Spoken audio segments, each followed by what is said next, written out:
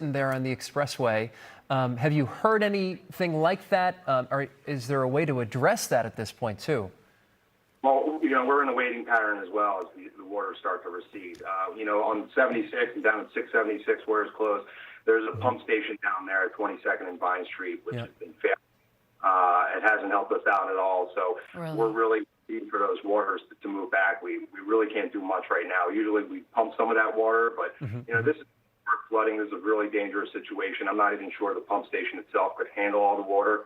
I still think it's, I'll wait and see and wait for these waters to recede. But, we're doing the best we can to clear that queue and get everybody off the roadway. But, it really takes some time. Yeah. Okay, couple of questions for you here. First of all, what are you guys doing to get that traffic moving? Or do people just need to wait for help to get there in the form of more gasoline if they've run out? Or what's the plan for the people that are stuck right now? Yeah, so we would like people to wait. Obviously, the waters are going down. That's good news. If they were going out, then, we'd ask people to seek higher ground. But I don't think that's the case right now. It's really just wait, and we're working on it to try to get those roadways back open. But it is going to take some time.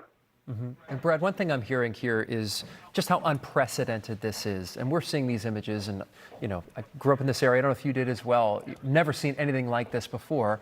Could you speak to just that? I mean, to have to plan for something of this scale and have to fix a scenario like this on the Schuylkill Expressway, have you seen anything like this? Have your colleagues ever addressed anything like this? No, we were talking about perhaps Floyd in '99 and some of the flooding from that, but I can't recall, closing as many roads as we have due to flooding, the major Philadelphia. But don't discount all the roads that are closed in the surrounding counties. We have some major closures going on. So it's not just Center City, Philadelphia. It's the surrounding counties as well. This is why we're stretched so thin and trying to do the best we can. It didn't help that the waters were rising up until this morning. Hopefully we get a break. They start to recede. Last question for you, Brad. How much time, if you had to guess, before the roads begin to reopen? I mean, at this point, I know that you said you just kind of have to wait, but this is from our traffic reporter, Katie Zachary. Do you know how much longer before the roads can reopen and get people moving again? Yeah, it's hard to say. Every individual roadway has its own challenges, whether it's trees or high water. It's probably going to take several hours to start removing some of these closures, maybe some on the smaller roads. The Schuylkill might take a little bit longer since the river has gone up so high. So I really can't give you a good estimate. I can just tell you that we're working as fast as we can. We promise that we'll get them open as soon as we can. All right, Brad Rudolph from PennDOT, thank you so much. We'll likely be checking in with you not only throughout the morning and the day, but probably for the days and weeks to come. We appreciate your time. All right, this is a look at the flooding that happened inside the Parktown Place apartment complex on the Ben Franklin Parkway. You can see the water pouring down the stairwell. This was in the parking garage there, in just one of the many spots that we're going to see exactly the same video over and over again, Keith. To a heartbreaking scene in South Jersey. An entire neighborhood uprooted by a dangerous tornado. All of the families who live in the homes in Mullica Hill that we're about to show you, they're physically okay, but today they begin the painful process of rebuilding. It is crazy just to see those images, even though we've seen them all morning right now as the sun has come up. Absolutely. It's just, it's heartbreaking, Miguel. Miguel, the house behind you completely devastated. Is there any structure on that block that you see that actually survived this? Yeah, so there are a few houses across the street, actually. Let's turn the camera around. These ones were hit pretty hard, but you can see that the level that the homes were hit really varies. So over here, there's one that the side of this home is off. On the other side over there, there's a house that has a little bit of the roof. And then the farther you get, the more those homes are intact. But then here, this is really the center of where we're seeing the most damage. The home over here, the whole back of it is completely off. And then, of course, where I was standing in front of behind me, this house, absolutely devastated. We're told in here a young family, several young kids, the wife actually pregnant. Now, thankfully, this is a silver lining. We're hearing that she's in the hospital because her foot was hurt, but she is okay. She's talked to neighbors. And really, as sad as this morning has been for people in this community, the silver lining, the good news is that they're able to see or speak to their neighbors who they spent all night being worried about after the tornado. Some of them took a video of that storm as it was about to hit. Take a look. Look at that tornado! And that was around 6:20 last night, peak dinner time. So families actually tell me they had to rush downstairs to their basements when they heard the alerts. Some of them say they get alerts every once in a while. They weren't thinking about following this one through. Something in their gut told them to do it. It was the right move because you can just see how much damage there is out here, that going to the basement possibly saved their lives. But many still in shock this morning as they're looking around, walking around their neighborhood, because they say this just doesn't happen here. And a gentleman showed me the video of the tornado. I hadn't seen that till today. I mean, that's like something out of Kansas. Like, that's like the Wizard of Oz. Being in New Jersey, I think we have like the sense of security that this stuff doesn't happen. We're kind of in the middle, you know, bad stuff doesn't happen in New Jersey. This is crazy. This is, yeah, I don't think it's hit all of us yet at all. I really don't. And it's going to take a little while to process. I mean, again, take another look. We're kind of to the side of the home now. You can see parts of the home actually collapse on top of a car that was in the driveway. Right there, it looks like a lawnmower that was flipped on its side. The whole roof off, the top part of the building off.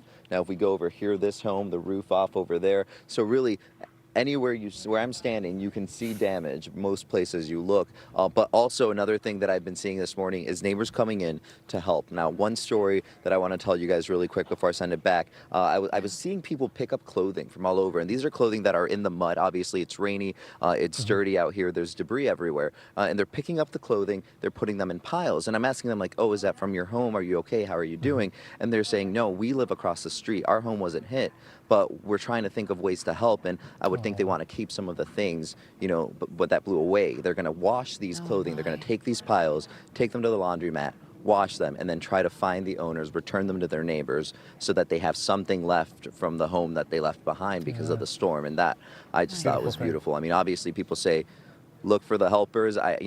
People might think it's a little cheesy, but for me, it's what helps me process this, and I think it's what's helping a lot of people in this neighborhood process this. Really quick before I let you guys go, so over there you'll see a bunch of cameras setting up.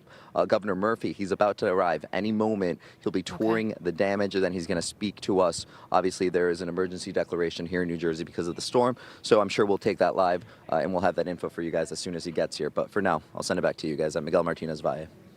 Miguel, thank you. Thank you for that. And yeah, we look forward to hearing from the governor. All right, guys, let's see what this is looking like now. Yeah, Skyforce 10 is live. Again, what we've talked about is the Schuylkill River has more than doubled in width. And what you're looking at is live pictures from Valley Forge right now, an area we've yet to see. Mitch Blocker is live on board.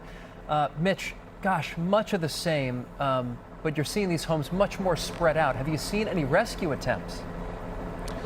Not up here in Valley Forge. We cruised up the river a few miles just to see how widespread the flooding, the damage was as you get into a little bit more rural areas. On the top of your screen is what is normally the Schuylkill River Trail, followed by homes that are riverfront property. Then you get into, as we pan up the river, you get into some of these condo and apartment complexes, and if we can go even a little bit further towards the highway, you'll be able to see a completely flooded out parking area. This is a very common picture as you get near the Schuylkill River. Now, when we arrived here, the water was a little bit higher. Some of the roofs you couldn't see much pavement, and you can see as we creep up the river here, you can start to see some pavement. Maybe that's a good sign, maybe that is a sign of hope, but you can see just the level of destruction and devastation that this storm has wreaked, and just we'll continue to fly up the Schuylkill River and check out these areas, but I'm afraid it might just be more of the same.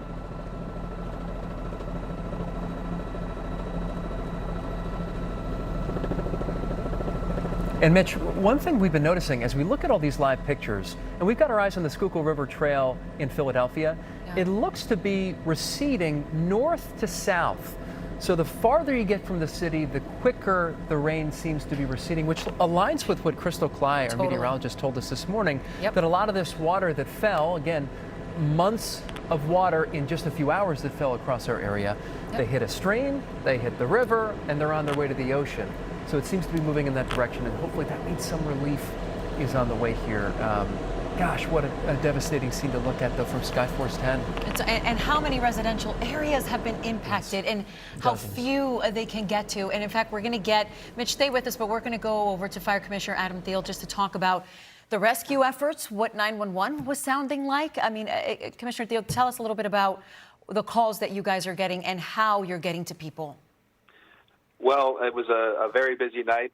Multiple water rescues all around the city. Our firefighters, medics, police, marine units, a lot of folks, one team, one mission, doing building evacuations in Manayunk, rescues in multiple locations, as I said. And we are still in a rescue mode.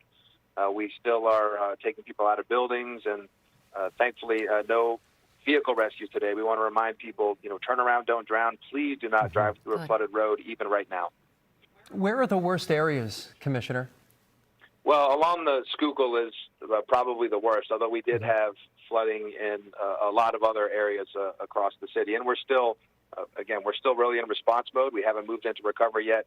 So we'll be figuring out exactly what the damage was and the scope and extent of this, what promises to be an historic storm over the next several days. Tell us real quick, how many evacuations, how many rescues, how many people do you have working right now? Did you feel like you have enough? We were fortunate. We leaned forward. We did, paid attention to the forecast, and we had additional water rescue teams on standby. Our urban search and rescue task force came back from a federal deployment in Alabama just in time to be deployed here and in Bucks County. We have National Guard high water vehicles out right now doing patrols and checking out flooded roads with firefighters aboard. So we still have a lot of resources out there. We're not out of this yet. This could be a long-pressed event, so we want to encourage people, please stay home, don't drive through flooded roads, stay out of the water, and call 911 if you have an emergency. The services provided by fire departments around the area aren't just limited to fires. And of course, your firefighters, Commissioner Thiel, are from this area. How are they holding up when they witness this catastrophic, we use the term, 100-year storm. How are they holding up witnessing this kind of devastation? Well, it's what we do. 1,000 on average emergency incidents every day, 24/7, 365. Yesterday, it looks like it's going to be around 1,200, and probably more today. So, a lot of really dedicated people from our dispatchers, medics, firefighters, and all of our partners are out there working. Commissioner, real quick, where do we meet you? Where would you say this is where you need to see us work right now? Where's the help needed and the exposure needed the most? Well, I think, again, what we really want is for people to, the best way you can help us is to stay home, stay out of the water, let the waters recede, and again, don't hesitate to call 911 if you have an emergency. Otherwise, kind of hunker down and see what happens. All right, Commissioner Adam Thiel, thank you so much for your time, and thank you for the effort of your department. We appreciate that. Thank you. It is 10 o'clock on the dot right now, a good time to reset our coverage. NBC10 breaking news.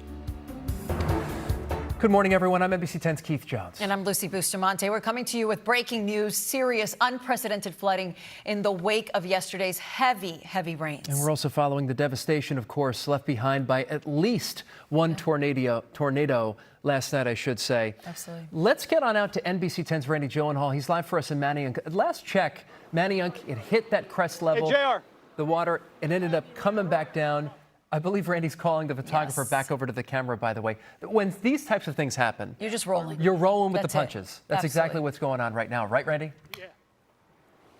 Yeah, so let me just tell you, the good news is the water is starting to dip away, but it's just going to take a while for all of this to get out of here. We've moved locations in Manayunk right near the Schuylkill River now. This used to be the canal and part of a parking area that's totally underwater.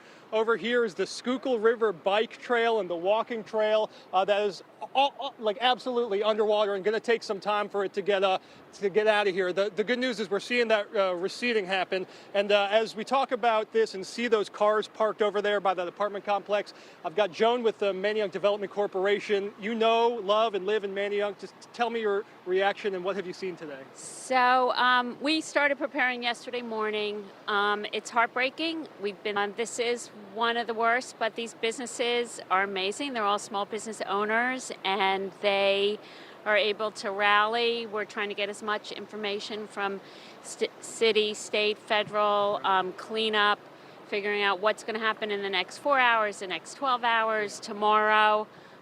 Brew Pub, he always gets the worst of it. And they never cease to amaze me. They keep on. And for people who don't know, this area we're looking at over here, this is a parking area next to some new apartment complexes that have gone up. You have some infrastructure like the pump station here, and of course the Schuylkill River Trail. The trail and the river, part of the identity of Manayunk, but can also be quite devastating. Yeah, it's what makes us special, our relationship with the water. Manayunk means where you come to drink, and it's why hundreds of years ago the mills opened up here and business prospered, and why we're special today. But it is a double-edged sword. Water really can do a lot of devastation. The last few weeks of all the rain really have culminated in some of the highest waters that we've seen. And does this concern you, this level of water, these recent intense nonstop storms, for the future of a town like Manayunk and Conshohocken and Norristown and others along the river that could need some help in the future? Yeah. I think that the government is looking at what they can do, and obviously things are changing. It's a bigger conversation on climate change, but yeah, it's been. What we're seeing today isn't just because of the rain yesterday. We're seeing this because of the last few weeks of rain, and the businesses prepare. They do what they can. Brew Pub's invested a lot of money to protect themselves. But each storm is a little different, and each storm brings different challenges. Joan from Manayunk Development Corporation. Let's roll some video just from the intense flooding. This is what you're seeing now is the worst of the flooding in Manayunk now that the water is starting to dip down. The worst happened between the hours of about 4 a.m. and 8 a.m., the most intense destructive flooding we've seen. Again, the good news, just in the past 45 minutes, we may have started to see a slight receding of the water line. But it's tough to tell because this water is coming just so hard down the Schuylkill River, and it's unclear how much remains north of us. So let's talk to some more Manayunk residents about this historic day. It was actually like my friend. I went to bed around kind of early last night, but this morning she texted me. She's like, "Oh, you don't even know about Venice Island." I'm like, "Okay, I better go check this out." And I just found out my car's submerged. So. Yeah. A lot of cars underwater, hundreds of them at least here in Manayunk. So as we send it back to you guys, I just reiterate that, that was the Manayunk Development Corporation. They run this town and try to promote these businesses, and it is going to be tough for them to rebuild after this. But they've been through it before, perhaps not this bad, but supporting those small businesses that had a tough year already, and this is just another thing they have to face this year, guys. All right, Randy Gyllenhaal live for us there. In Manayunk, look to see an improving condition, and that's nice. It is good. It is good. One of the spots where we absolutely need some perspective as far as how long it's going to be in standstill traffic is NBC10 First Alert traffic reporter Katie Zachary. We have seen 76 completely closed, Katie. This behind us, guys, that's why. That's that spillover into the roads, Katie. That's right.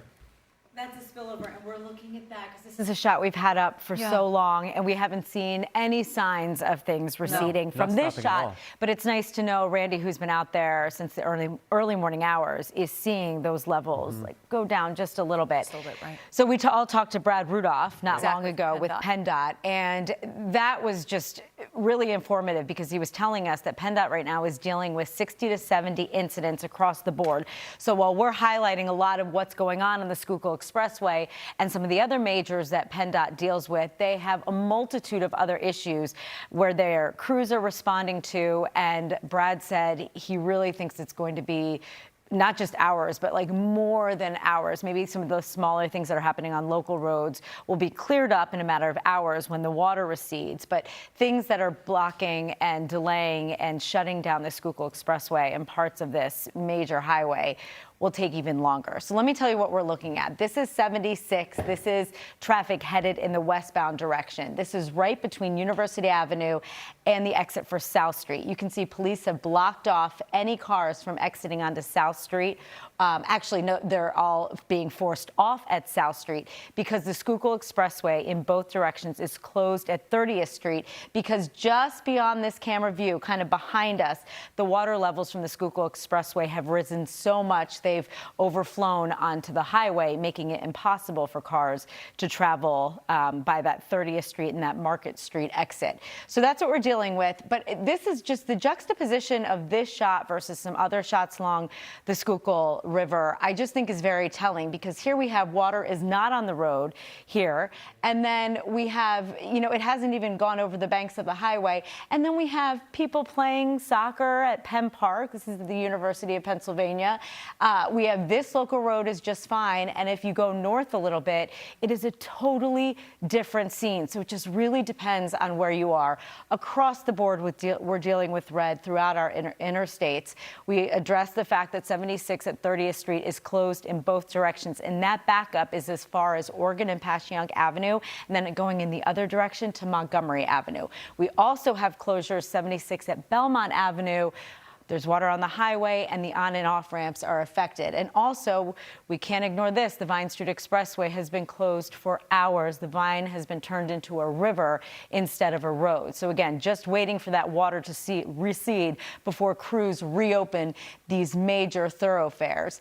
Lancaster Avenue, 95, and Route 1 locally. Those are ways to get into Philadelphia so you can avoid taking the Schuylkill Expressway at all costs. We are down to just 52 minutes. That drive eastbound from the Blue Route to the Vine would normally take 18 minutes. We were at over 100 minutes it was taking, so now we're at 52. So we are seeing a little bit of improvement, but that's really because cars are able to get off on local roads.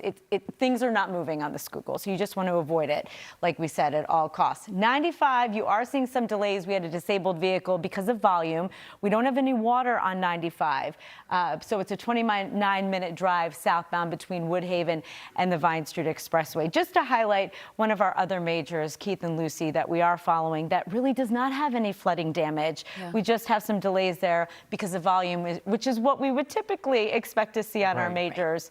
It's just a whole host of other issues that this weather has brought us. Yeah, and PennDOT telling us too, Brad Rudolph, it's a waiting game at this point. It's a waiting game. Yeah. He said, his crews have never been through this before. Right. It's totally unprecedented. We asked him to guess how long it would be before the Schuylkill opens in those pockets, and he said hours if he had to guess. People stuck on those roads, not thrilled right now. Without a working pump station either. Right. He mentioned that as well. Yeah, Incredible. All right, Katie. Thank you.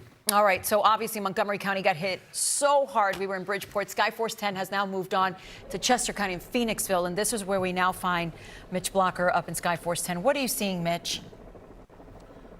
So, as I'm listening to your conversations, I'm thinking about going up the river and seeing whether or not the flooding seems more severe, less severe, if it's diminished. Obviously, it's still extreme up here, but it doesn't seem to be as far out of its banks as it did, say, when we were around Norristown. So, to what Crystal has been talking about, north to south, you may see some draining as that happens. You can see right in Phoenixville, a road flooded, but there are people who are able to walk through the water. Not recommended, but it's not waist deep. Not as extreme as some of the other pictures that we were bringing you from Skyforce 10. And of course, we'll continue to follow the river and see what the various levels of water and damage are from the air. It's a perspective that we can only bring you from Skyforce 10. That's the latest from Skyforce 10. I'm Mitch Blocker. Let's send it back to you guys. It's saying something too when this is an area that isn't as hard hit, and yet there are still cars underwater. Absolutely. That should send the message here that, hey, you are not alone. If your car is damaged from this, if it's underwater, if your home has a foot or two of water, you are not alone when it comes to this widespread flooding that we've witnessed. Mitch Blocker, thank you so much. Oh, this card doing exactly what tell people, please don't do that, guys. But do not do that. Chester County, you were over Montgomery County, Philadelphia County, also hard hit, as you can see here. The Schuylkill, the people are checking out how high the river is right now on that walkway. We're going to go over to Tracy Davidson in the newsroom as well. She's got new information to report on this catastrophe that we are covering.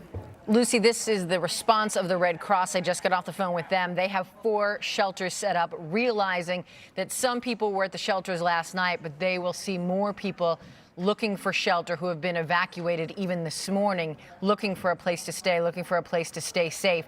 4 shelters are open by the Red Cross right now. West Philadelphia High School, Roxborough High School. They said that they had about a handful of people there last night, but they expect more people to both of those locations as the morning goes on. And then Norristown High School in Montgomery County and Coatesville High School. They were open overnight, had about 35 people, but they expect more people there. They're also coordinating with Bucks County. They know Bucks County will likely need a shelter. They're coordinating with Bucks County emergency management officials to figure out the best location for a shelter and the safest location for a shelter. So as soon as we get more information on that, we'll bring it to you, Luce. Tracy, thank you. What are we looking at right here? That's what I want to know. A live picture of a kayaker going down what I presume is not a river, but is a road. This is from a live camera in Manayunk. Looks like there you go. Manayunk. So that's Main Street Manayunk for you. So the water is receding here. Randy Kathleen, Gyllenhaal has been reporting this. You see the water is rushing there as well. No doubt. But let's go across the river here, Lucy. That's right, Mullica Hill, New Jersey, that was ground zero yesterday, guys. Yesterday, we were telling people to get to their basements instead of being rescued from their second floor. And the story in Mullica Hill, New Jersey was that tornado, the one confirmed tornado so far out of all the places where Governor Murphy is right now. Let's listen to what he's got to say. Trees is in addition to the county folks, as you and I talked last night. All right, so Governor Murphy is talking to the residents that were hit by this storm right now. You can see he's addressing the media, but he's also talking to the people that are just picking up the pieces on that street in Mullica Hill, New Jersey. Keith, we were seeing Miguel earlier this morning talking to everyone that's just trying to figure out where they're going to start, and the neighbors helping them. There are at least a dozen homes here that have been affected in some way, shape, or form. We've got a microphone here as what we presume to be a resident, perhaps talking to the governor. But yeah, about a dozen homes affected by this. 1, 2, or 3 of them completely destroyed by this tornado. Again, the only one confirmed thus far that has hit our area. There are several more suspected that the National Weather Service will have to confirm for themselves. Right. One part of this neighborhood is devastated. The other. There it is, guys. There is this twister, at one point a double twister, that people caught so clearly and so frightened. I mean, to see this, they literally took their children, they ran to the basement. Sydney Long was out there yesterday talking to these families, saying that as soon as they saw this, they grabbed their kids, their pets, they went into the basement. There was a little girl, little toddler that went into the basement scared to death with her parents. Governor Murphy's assessing all that right now. There was a 12-year-old at another house right across the street. That house was also hit. And just to quote what Sydney was saying last night, Keith, it was heartbreaking. She said, through insurance and great parents, you're going to be taken care of, child. Don't worry. We're going to get through this. And now, the day after, we asked, what is Governor Murphy going to be able to do for these families by the declaration of disaster that always frees up the FEMA funding? How fast will they be able to get that help? And hopefully they have places to go to where they don't have to go to shelters of last resort. But let's see if we can check in now. We see Miguel and his photographer there following Governor Murphy. Guys, is it okay to listen in on what's going on there? Can we start asking some questions? I'd say we do. I say we just listen in to see exactly what he's talking about at this point. The last time we're doing vaccinations and guys, sounding it coming to the podium right now. We appreciate all the help. People who are putting the lights back on, people who are clearing the road, just really trying to see how the cleanup process is going. And soon he's going to go door to door to talk to different families that have been impacted by the storm. So I do know that right now he's about to speak. Okay. Let's appreciate anything. Yeah, we'll do it. Come on, let's go. Set up right. Yep. Thank you, guys.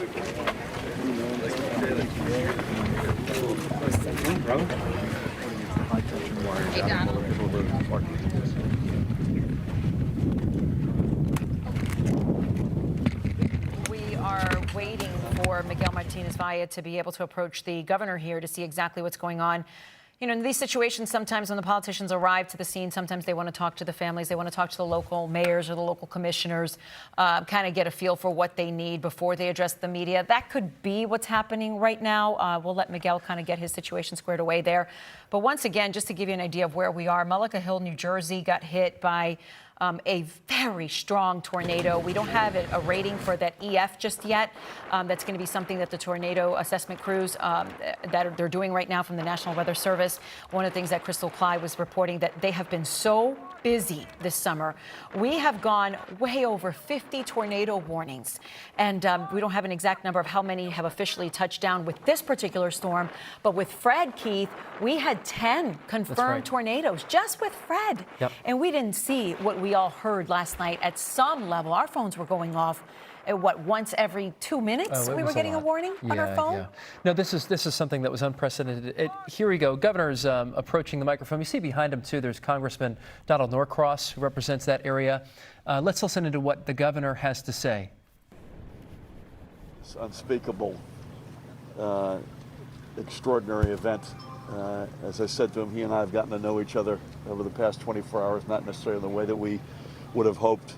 I want to thank the Senate President Steve Sweeney, the Congressman Donald Norcross, County Commissioner Director Bob Damager, Superintendent of the State Police Colonel Pat Callahan, Dan Kelly on my team, Assemblyman Berzicelli and Assemblyman Spearman. I think that's it with who's with us up here. You know, an extraordinary, sadly tragic, historic 24 hours in New Jersey. There's no other way to put it. Needless to say, look on either side of us right now in the impact of these tornadoes that touched down in this county and here, obviously in Mullica Hill, but also in Winona, Deptford, Woodbury Township. Thank God, unless someone knows otherwise, casualties are extremely limited. Which is there but for the grace of God, which is extraordinary. Look at the house behind us if you want to get a sense of how it could have been. And as Steve Sweeney has said, if you look at either side of the path of this, you've got houses to the left and right which are largely intact, if not completely intact, and yet you've got houses that right in the path that are destroyed. Up north, the story was less tornadoes but overwhelming flooding. And largely the big roads are open, although 78 and 280 are still works in progress. And there are a lot of off-ramps and other road challenges that we still have before us. But it was largely a storm, with tornadoes being the big story in the south and flooding being the big story in the central and northern part of the state. And this is going to take us some time to dig out of. There's no question about it. And I want to just say on behalf of all of us, we're going to stay here and be by the side of the residents and the small businesses that have been impacted so severely. You're barely getting, if you're a small business, you're barely getting back on your feet from a pandemic, and you get whacked by this, and you ask yourself rightfully, life's not so fair sometimes. But I promise that we will stay with everybody, and it won't be a short road, but we will stay with them on that road to recovery. I just got off, which is why I'm a few minutes late, with the FEMA Administrator Criswell. I've said to her, and she's been terrific, and her team has been terrific, that we will be sending in a major disaster declaration request today. I will speak shortly with the President and reiterate that and thank him for his support and help. And that will be a game changer if that is accorded, in terms of our ability to get individuals, families, businesses, and our infrastructure and the cleanup back to where it should be. NJ Transit is a work in progress, both on the rail and the bus side, somewhat depending on where you are in the state. For instance, the Atlantic City line, I'm told, has been clear sailing, which is good news, but that's not the case for most every other line in the central and northern part of the state. As I mentioned, the highways getting a work in progress. The Parkway and Turnpike are wide open north to south, and that's good. We've got a couple of challenges still on the interstates, and as I mentioned, some local off-ramp type issues that are going to take some time to fix. We have had fatalities. I won't get into the details or the numbers. We did not have them here, thank God, but we have had them in the central and northern part of the state, so please keep those folks in your prayers. And as we get more specificity on that, we will obviously let you know. But sadly, more than a few folks have passed as a result of this. I think that is it as a general matter. Other than, as I say, we'll stay at this as long as it takes. I will likely be doing some more stops later this afternoon, probably in central and northern part of the state, and those will be largely getting a handle on the flooding impact there. Again, we keep all of the victims, both individuals, families, small businesses on Main Street, in our prayers. And again, we will not relent. We will stand by the sides of everybody who's been impacted by this in New Jersey until we get back on our feet. I guess I'd close with a pretty obvious statement, but the world is changing, right? These storms are coming in more frequently. Steve and I were on the phone last night on this topic.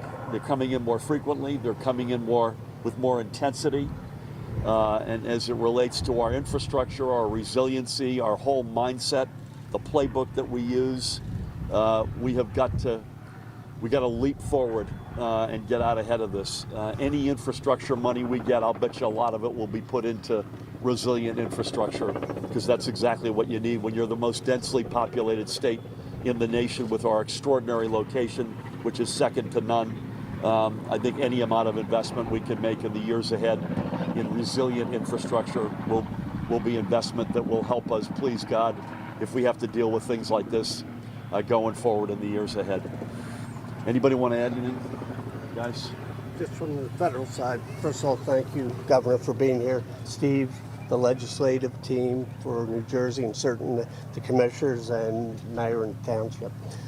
I'm looking across the street, and that could be any of our closets. The shoes are there, and behind me, swing set that children could have been playing on.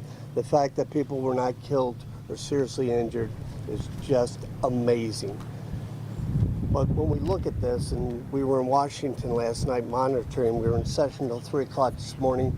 We jumped on the train, and literally I got stopped in Delaware because we couldn't get into Philadelphia or above, as you know. Yeah. This is a problem that's going on. But we never had tornadoes of this nature when we grew up, occasionally a small one. What we see behind here is change. And you mentioned the infrastructure, that's exactly what we're working on. Luckily, we're going to get that done and bring those much needed resources to what we have here today. Speaking with FEMA, we reloaded them because this storm was supposed to make a right-hand turn, go out to sea by North and South Carolina. But as we go into Labor Day weekend, I want to say thank you to all those who labored to help the people behind us, whether you're the utility for electricity or your neighbor helping them pull out.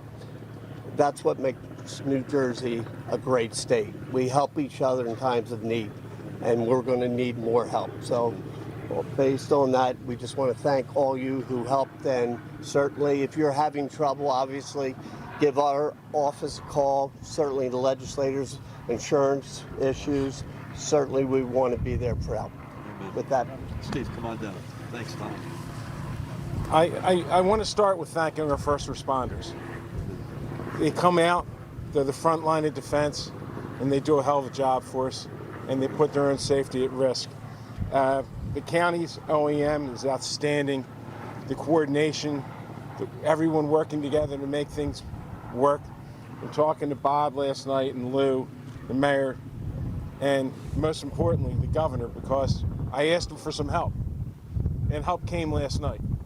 Because we have a lot of trees down. You know, you're seeing property damage here, but as you travel through this county, it looks like a bomb hit in some places. Yep. And getting those trees cleaned up is critically important. So, Governor, I just want to say thank you for stepping up once again to help the citizens of this county and the state. Look, anybody's a global warming denier. Take a look at what's going around. As Donald said, you might have had an occasional storm and it wasn't anything. These things are getting stronger and there's more damage. We got to do something because it's too late now. But Governor, thank you. Thank you, Steve.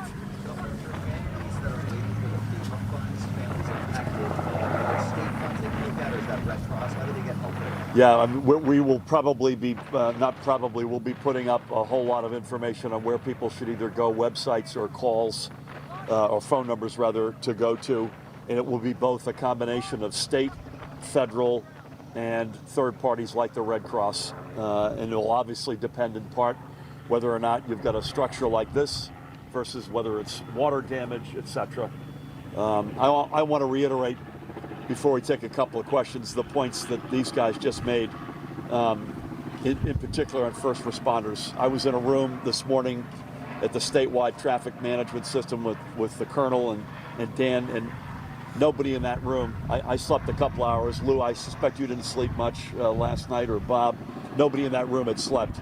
So to the Atlantic City Electric team, to the DOT folks, DEP, to the county, Bob, to you and your colleagues at the county, the state police, the local teams, OEMs, cannot thank you enough. You're on a pedestal. Brian. Governor, Bob, come on. Before you take questions, I'm Bob Damager. I'm the director of the Board of Commissioners in Gloucester County. Before the governor takes some questions, just want to put it out. We have all these cameras here. It's the easiest way to get out to people in Gloucester County. Anyone affected by the storm in Gloucester County and the tornadoes. The Red Cross is set up at the Gloucester County Institute of Technology, and they're there to help serve you. So that's Governor, great, Bob. Thank you. Everyone get that, because as Bob says, we got a lot of cameras on us. Let's take advantage of it, right? Brian. Governor, you and the legislature, Steve Sweeney, the Speaker, have charted a fairly ambitious course against climate change. Does this, and you've said several times, they're becoming more intense, the storms more frequent. Does this suggest to you that we need to accelerate the efforts that are already underway? Unequivocally, yes. And I think, I don't know where Donald went, but the federal infrastructure bill that is being debated, God willing, voted on sooner than later, I should say bills. You've got two different buckets there. Any amount of that will be of huge help toward our efforts. I just want to make sure this isn't, can't see this thing. Yeah, I believe this may be the president, so I'm just going to take this and make sure. Tell him I said hello. It's Bob Damager, Mr. President, says hello. I think I missed that, but the answer is unequivocally yes.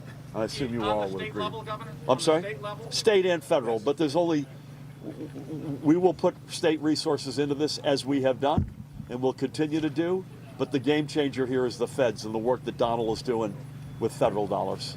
Please. Governor, we talked to some victims here in this neighborhood. They said the alerts they got from the National Weather Service came quick enough on their phones to get to their basement. Yep. Saved their lives. Alerts also went out to flood emergencies for up north, yet a lot of people were still trapped in their cars. Some died in their cars. Sadly. Don't know even how many water rescues there were. Is there a way to improve, to get people off these roads when these flash flood emergencies are issued before the inevitable happens? Yeah, it's a great question. We had this very conversation, the Colonel and I and others this morning. Thank God the alerts worked in this case, right? So as bad as the damage is behind us, I'm told that family was in the house and they went to the basement and they're alive as a result of it. Steve, you told me last night you went to the basement. People did the right thing. I don't know, this is a personal opinion. I'm not sure, and we're going to look at this, I'm not sure it's a difference of the alerts, because the alerts did go out. I got them myself on my phone. But I think people hear flooding and they hear tornado, and I think perhaps they put them into a different category. And sadly, we can't do that. And people pay with their lives as a result of that yesterday. But we're going to look at the entire system. There were too many cars on the road, and too many cars. Thank God most of them were abandoned and people got out safely, but that was not the case for everyone, sadly. Please. Please, come on, Lou. Obviously, this is something that you do not see here. About what happened when first responders arrived. Sure. Yeah, obviously this is an unprecedented event for us locally and even regionally. And what I will say is how impressed I was as I arrived at our Office of Operation for Emergency Management at our fire hall last night, maybe at 6:45, and at that point it was just me and my OEM director and a couple of firefighters, and I watched the process coordinated by the county, and I want to give the county their due with Director Damager, and that's the way it's supposed to work. where everything is coordinated through the county. I watched it crystallize in front of my eyes over the next 30, 40, 50, 60 minutes, where everything was coordinated and nothing was dispatched. We had people now filling the room, ready to work, and that's the other part of this.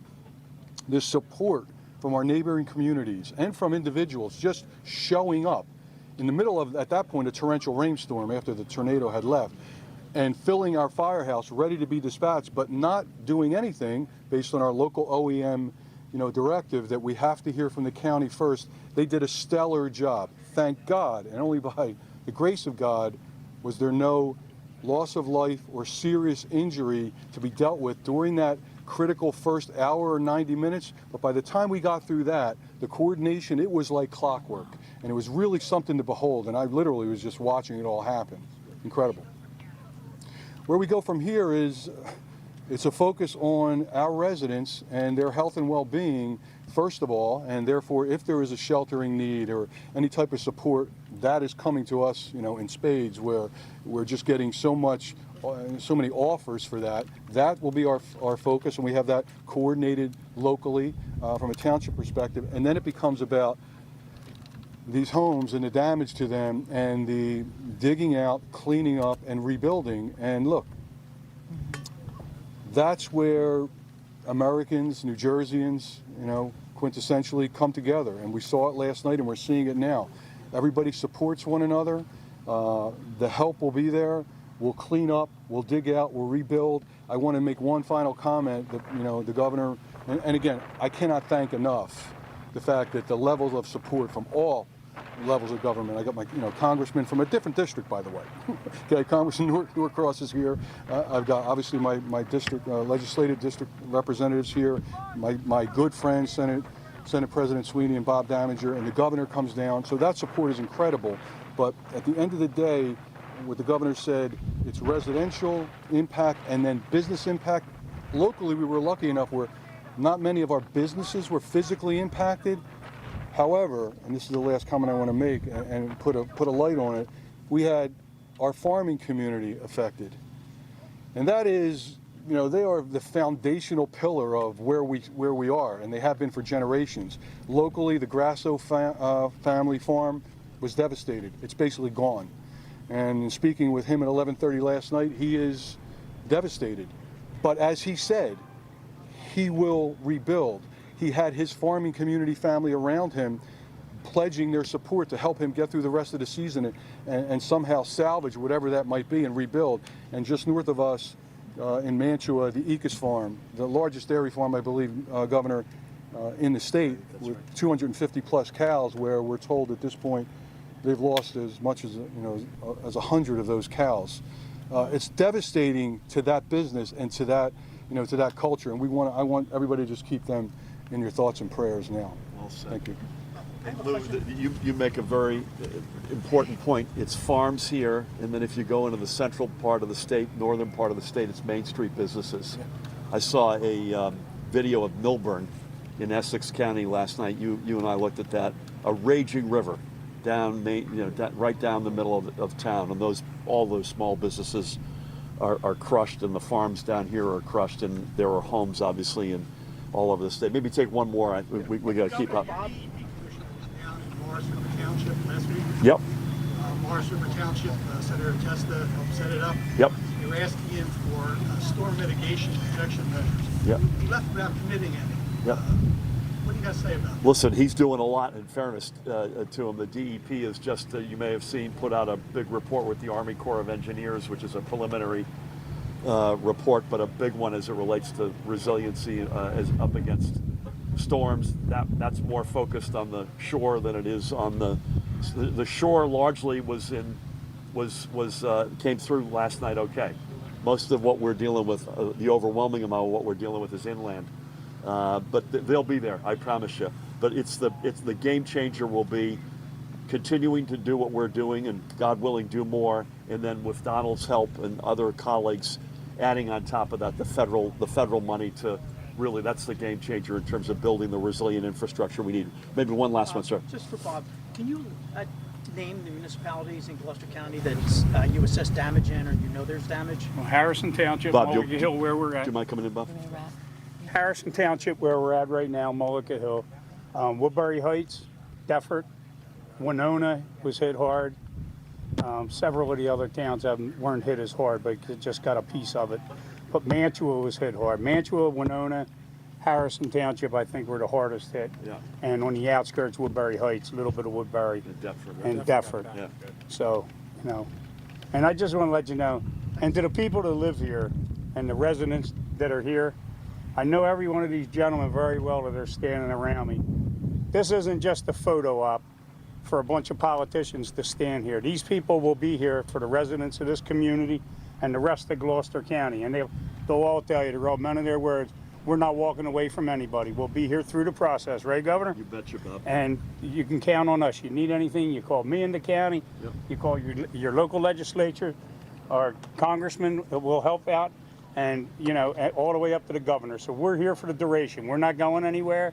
Nobody's left behind. So thank you, Phil. Extremely well said, Bob, and I just want to underscore that with great emphasis. So to the Colonel and Bob, Lou, thank you for hosting us. Steve, you're being attacked here.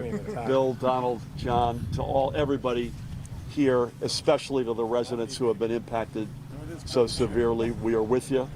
This won't be overnight, by the way. This is going to be a longer road than any of us would like, but we will not relent, and we will stay with it every step of the way. Thank you all. God bless. All right, Governor Phil Murphy showing up with all levels of leadership there in Mullica Hill, New Jersey, where an EF something hit so hard. They haven't rated it yet, Keith, but we do know that it is a confirmed tornado that hit Mullica Hill, Jersey yesterday. So once again, they didn't say exactly when the money was going to start flowing, but just that they would get that information out as soon as they had it, either through the Red Cross, but many different sources, and they said they will be there for those residents that just lost everything. And the governor missing casually a call from the president there in the middle of that news conference, lest that be glossed over. Let's move on across the river again, go to Center City, Philadelphia. You see some flooding here at 21st and Arch. This is the intersection that's now blocked off by rescue crews standing by. About a block away from that on 22nd, Stefania Jimena joins us live in Center City, joined by councilwomen too. Stefania. Yeah, the councilwoman will be with us in just a moment, Keith. But here's the thing, you know, whenever you have extreme weather events like this, you do expect to see flooding around the suburbs, right? But you don't expect to see this amount of flooding here in Center City. So there's just shock here. Neighbors here on Arch and 22nd who live along this area are shocked. You see 1, 2, 3, 4, 5, 6, 7, 8 cars submerged there. And if my photographer could just pan a little bit to the right, because beyond there, there's a giant, or, you know, there's a giant building there, that supermarket.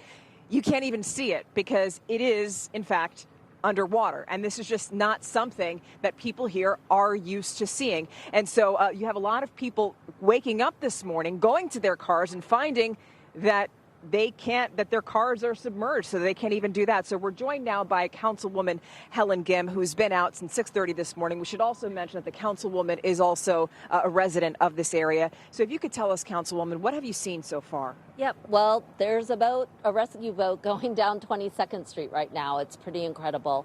We've lived in the neighborhood for 25 years. We've never obviously seen it this bad. We've been through Floyd, Irene, Sandy, and others that have had where you've seen flooding, but all the way up to 21st Street, you know, anything that is under is flooded. We just heard that our power is now out, so in our house, and you know, we have been checking in on daycare centers. We've got a senior home, and so one of the things that we're trying to let people know is make sure you're checking on disabled members and seniors, people who will otherwise need to have a stay-in-place order. But if there's an emergency, they need help, and they need to know that there's a safe place to call. Now, Councilwoman, I noticed that there was a resident who walked over here just 5 minutes ago, who was shocked to see that her car was one of those that was submerged there, just a block from where we're standing right now. And you just said, you know, call your insurance company. As a leader, you're telling people to also keep calm, because there is an urge there, right? When you see your property that's submerged, you want to go in there and try to get it out, but also safety is paramount, right? Yeah, absolutely. And one of the things I'm most grateful about is that right now, city workers have never been more important. You've got obviously our fire department out here, but we've got a water department and other city workers who are out here. The most important thing is to let people know that, you know, if your car is submerged, you have insurance for a reason, and this is what it's for. But we did have somebody try to go down 22nd Street unexpectedly, and their car started floating. And so creating these kinds of scenarios puts a burden on emergency workers right now. We hope that the floodwaters will eventually recede, but everybody's safety is the most important thing. I'm also really worried about, other places around the city, Eastwick, we've got West Philadelphia, Manayunk, Roxborough, but climate change is real.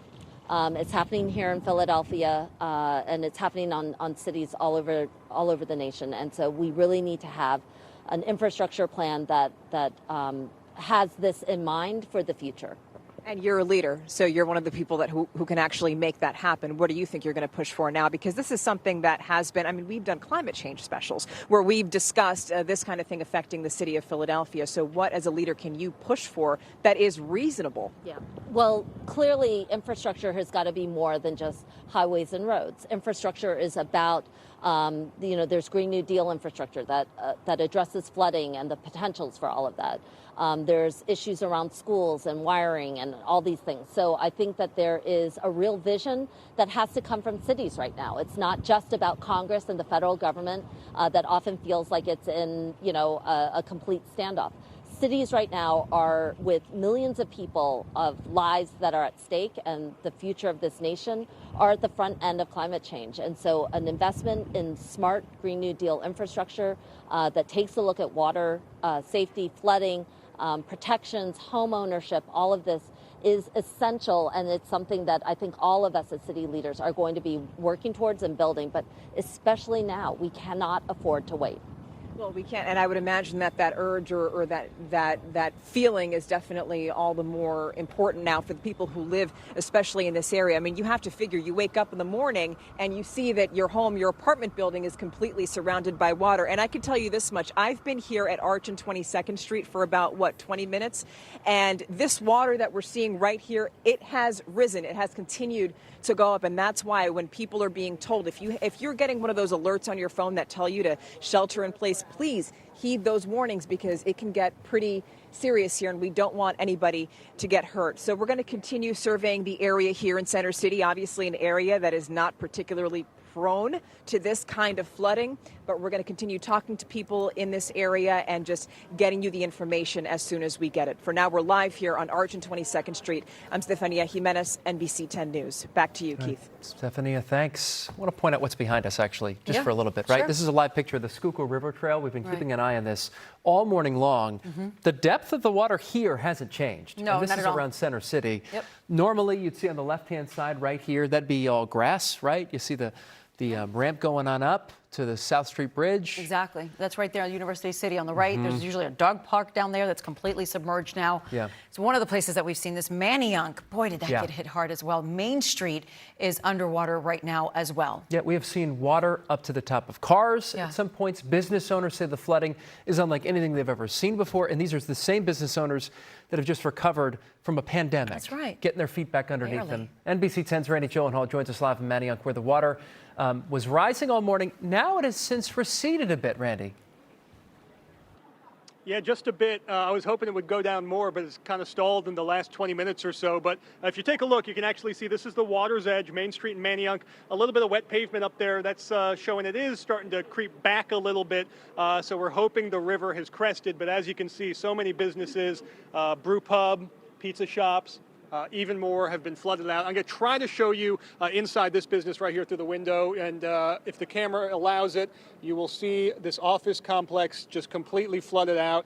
The water used to be higher, so in there it's actually going down a bit, but that whole office is flooded. And then as we zoom in down Main Street, it is just blocks upon blocks of this. We're basically in the heart of Manayunk's Main Street, but I'm told the flooding goes past the CVS, over toward the movie theater, and then you hit the Wissahickon Creek, which is also overflowed in East Falls, so that's causing problems on City Avenue and more. Just talking with Claudia Vargas, who's trying to make her way into Manayunk, but is unable to cross any of the bridges very easily because they're either closed or just clogged with traffic. Do want to show you some video from the peak of the flooding here in Manayunk. I would say the worst of it between about 4 a.m. and 8 a.m. And it is really centered around the areas that typically flood, like Schurz Lane at Main Street, but just exponentially bigger than it has been before. You had Hurricane Irene in 2011, you had Floyd in 1999, and most of the folks we're talking to say this is worse than that. It was actually like my friend. Like, I went to bed around like kind of early last night, but this morning she texted me. She's like, "Oh, like you don't even know like about Venice Island." I'm like, "Okay, like I better go check this out." And I just found out my car's submerged. So. Yeah, a lot of cars over at that Venice Island area, the Apex apartment buildings that have been built up on the island between the Manayunk Canal and the Schuylkill River, and we're seeing flooding there. You're seeing a lot of people gathering just to look at this damage and this historic level of flooding. I'll zoom in one more time just to show you what it looks like as Main Street will slowly, hopefully, recede. You still got cars underwater. One of them almost up to the roof, but that's actually dipped a little bit just in the past couple of hours, so that's a good sign. But beyond it, this raging current as the Schuylkill River has flooded down Schurz Lane, down Main Street for a mile. And it's just going to be like this, any riverside neighborhood along the Schuylkill just for hours to come. So we'll send it back to you guys. Live from Manayunk, Randy Gyllenhaal, NBC 10 News. Randy, thank you so much. We know that you've been hard at it all morning long, and it's good to see the receding happening, and it's just devastating. Like you said, they have barely recovered from a pandemic, and now this too. You want to see it happen faster, right? Yes. All right, let's turn our attention to NBC 10's Tracy Davidson and the victims here. New information for them. Tracy, where can they turn? Well, I just spoke with the floodplain manager at LNI, and he has a message for people who have water in their homes, anyone actually in the city, as we continue to look at these really just incredible pictures. He really, really, really wants to emphasize what you have both been saying all morning. Do not drive into these floodwaters. The waters, as we've been saying, are still rising, and it is very dangerous.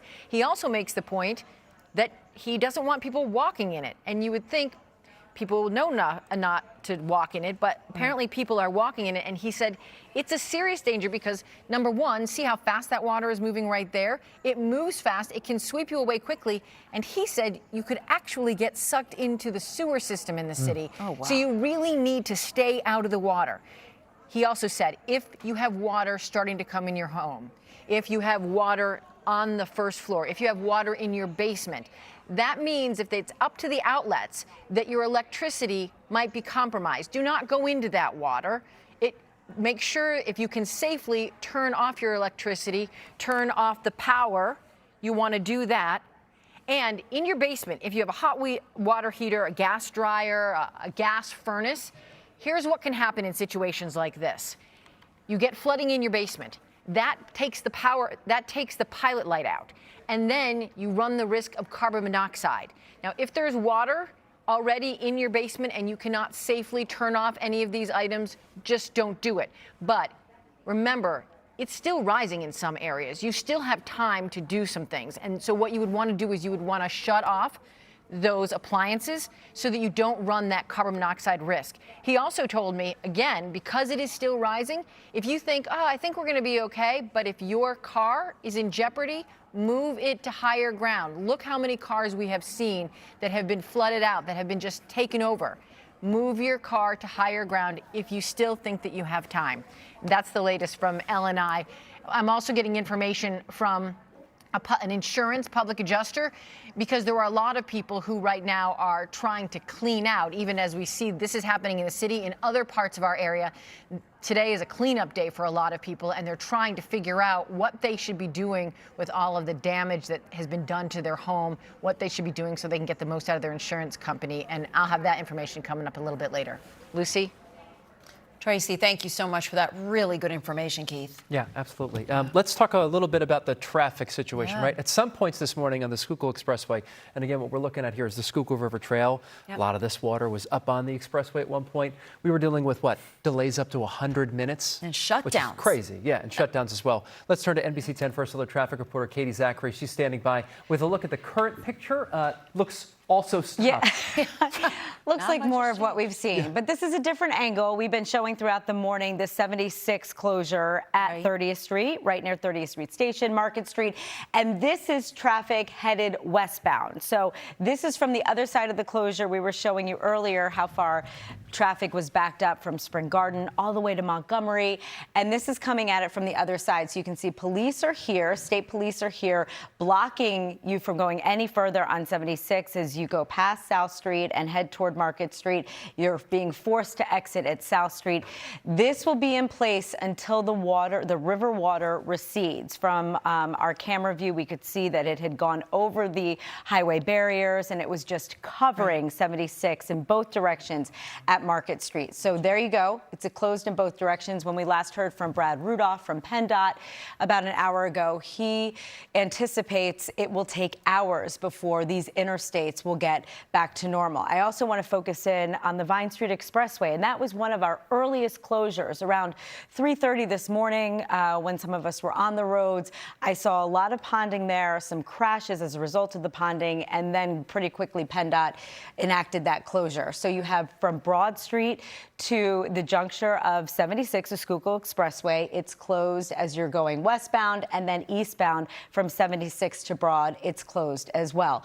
Also, you'll find some flooding affecting things on the Schuylkill Expressway, east and westbound at Belmont Avenue. You'll find it on the highway as well as on the on and off ramp. So it's affecting if you can get on 76 from Belmont or exit off. Here are some alternates to get around this mess. If you need to get into the city today, into Philadelphia, you can take Lancaster Avenue locally. You can take Route 1 locally. And I was seeing some earlier delays on Route 1, just some spotty delays, but I can tell things have evened out a bit, so that might be a better choice. You can also take 95, which circumvents the city. 95 was looking pretty good. We did have some earlier delays because of volume, not because of flooding. So that's a thumbs up there. And we are, Keith was alluding to when he was transitioning to me that we saw delays of over 100 minutes earlier before the river crested.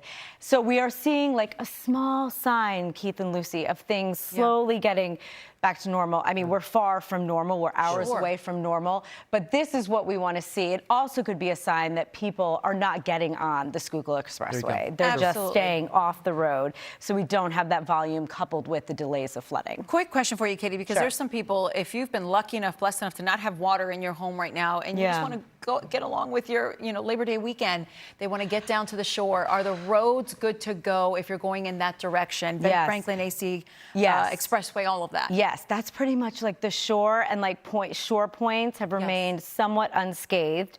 We know Mullica Hill, the local roads around there, you want to avoid that. We had an area of flooding on Route 57. So there are some small pockets of flooding, but you'll be able to detour local roads around it enough. But if you're heading to the shore, that's a great point. We have to remember we're embarking on the Labor Day weekend, and people might want to say, I want to get out of Dodge now. I'm out of here for whatever reason. Maybe they don't have electricity. Maybe they just, are sick of all this wild weather we've had. Right.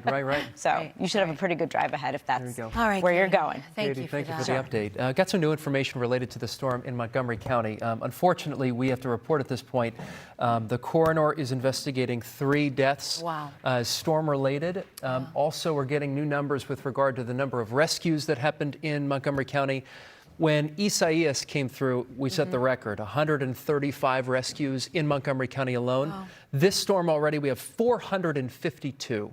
Incredible. So about 3 times as many at this point. This is that's the scale. unprecedented, Keith. Unprecedented. I mean, this is something that Michelle Grossman, who is working as our NBC10 First Alert meteorologist right now, she was saying this is evidence of climate change in our area right now, with the storms just taking on a new life, a new energy that you all have not seen in this area ever. Ever. Yes, and I've been here a long time, and I think most people can say that. We have not seen this in our lifetime, and unfortunately, it feels like it's becoming the norm, at least this season. Again, 51 tornado warnings, just 16 yesterday, and even just looking at that tornado, we usually get little tiny rain-wrapped ones, within a rainstorm. We had a humongous, massive wedge tornado that we've never seen. It looks like it belongs in Oklahoma. So yeah, we watched Ida all the way from the beginning. We watched the power of it. It stayed put all the way. It went 21 states, 2,000 miles, and then here we are. So we have all that damage. Let's take a look at how much rain we got, because we got a lot of rain. And keep in mind, we had Henri's rain, we had Fred's rain. So we were already 100% to 200% above normal. We had record rainfall in July and also August, and then we added this on top of it. So 6 to 8 inches where you see that swath, those darker colors, the pinks and the purples, even 9 inches in some spots. So that's why we have all the problems. So as you're headed out today, we're still seeing those flooded roadways. Katie did such a good job describing where they are. So we did see the rivers and the creeks cresting. That's good news, but we still have a ton of water on the roadways. It takes a long time for that water to go somewhere, so we still have some time, even tonight, tomorrow morning in some spots, so still be careful as you head out in the PA suburbs. New Jersey, of course, we're looking at that tornado damage, and that's going to take a long time for the National Weather Service to go to each and every spot and determine the strength and determine what EF it's going to be. So they did such a good job, and we're going to await those reports as we head throughout today.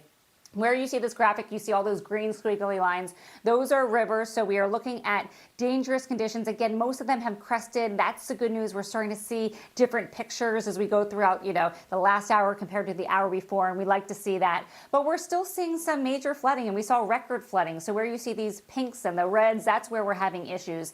The East Branch of the Brandywine, so above normal and record level. It's unbelievable. So let's take a look at radar. This is the good news. We are finally saying goodbye to Ida. We can close this chapter very, very soon. It is leaving the coast. It's affecting Maine right now, but with light showers, it's going to be out of here. And then otherwise, we're looking at a really beautiful day. We're looking at low humidity. We're looking at temperatures that are really nice around the area. So 70 in the Lehigh Valley, Delaware 72. So you guys, we have some really good weather for cleanup, but don't go out on the roadways if you can. All right, Michelle, thank you so much for that. Guys, it has been more than an eventful 24 hours. Yeah. The tornado yesterday in Mullica Hill, Jersey, the only one confirmed so far. The spilling over of the Schuylkill River onto so many areas in Philadelphia and in Monco and in so many other counties.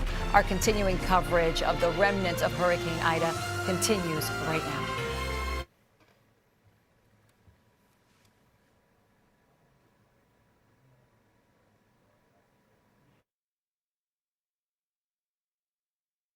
Kelly. Oscar winner Helen Hunt. Wear socks with sandals, guilty or not guilty? Guilty every day. Going commando, totally guilty. Yes. Planning for a zombie attack. Bring it on. Today at 2. Good luck. Look how pretty. Enjoy a summer staycation every day on Ellen. Wear lots of sunblock. You don't have to put it where the sun don't shine, but... Today at 3 on NBC10.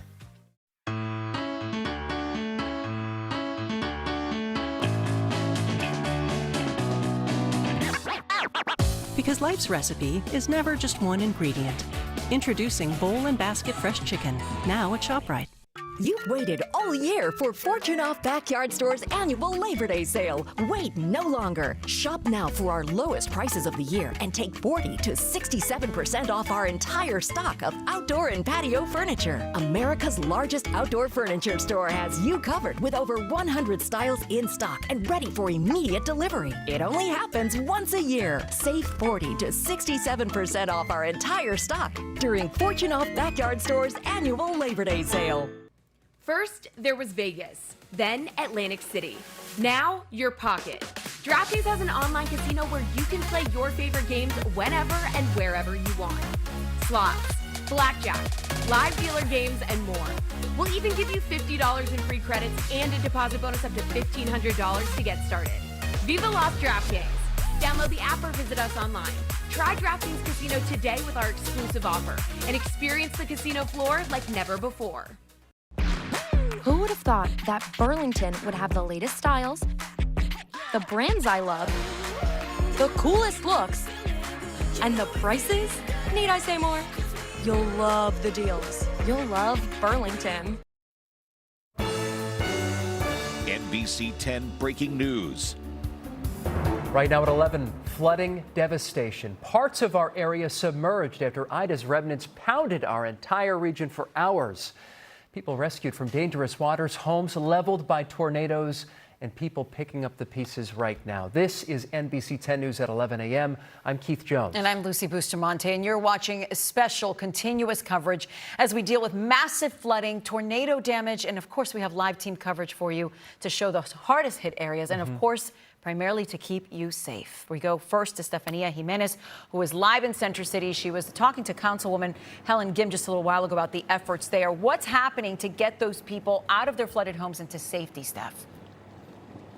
So for right now, all those people are being told is to stay home right now while officials try to figure out exactly what to do, because there have been a number of water rescues here. I'm just going to step out of the way so that you can get a clearer idea as to what it is that people here are dealing with at Arch and 22nd. If you look here in the distance beyond where we are, 2 blocks where we are, we're at Arch and 22nd.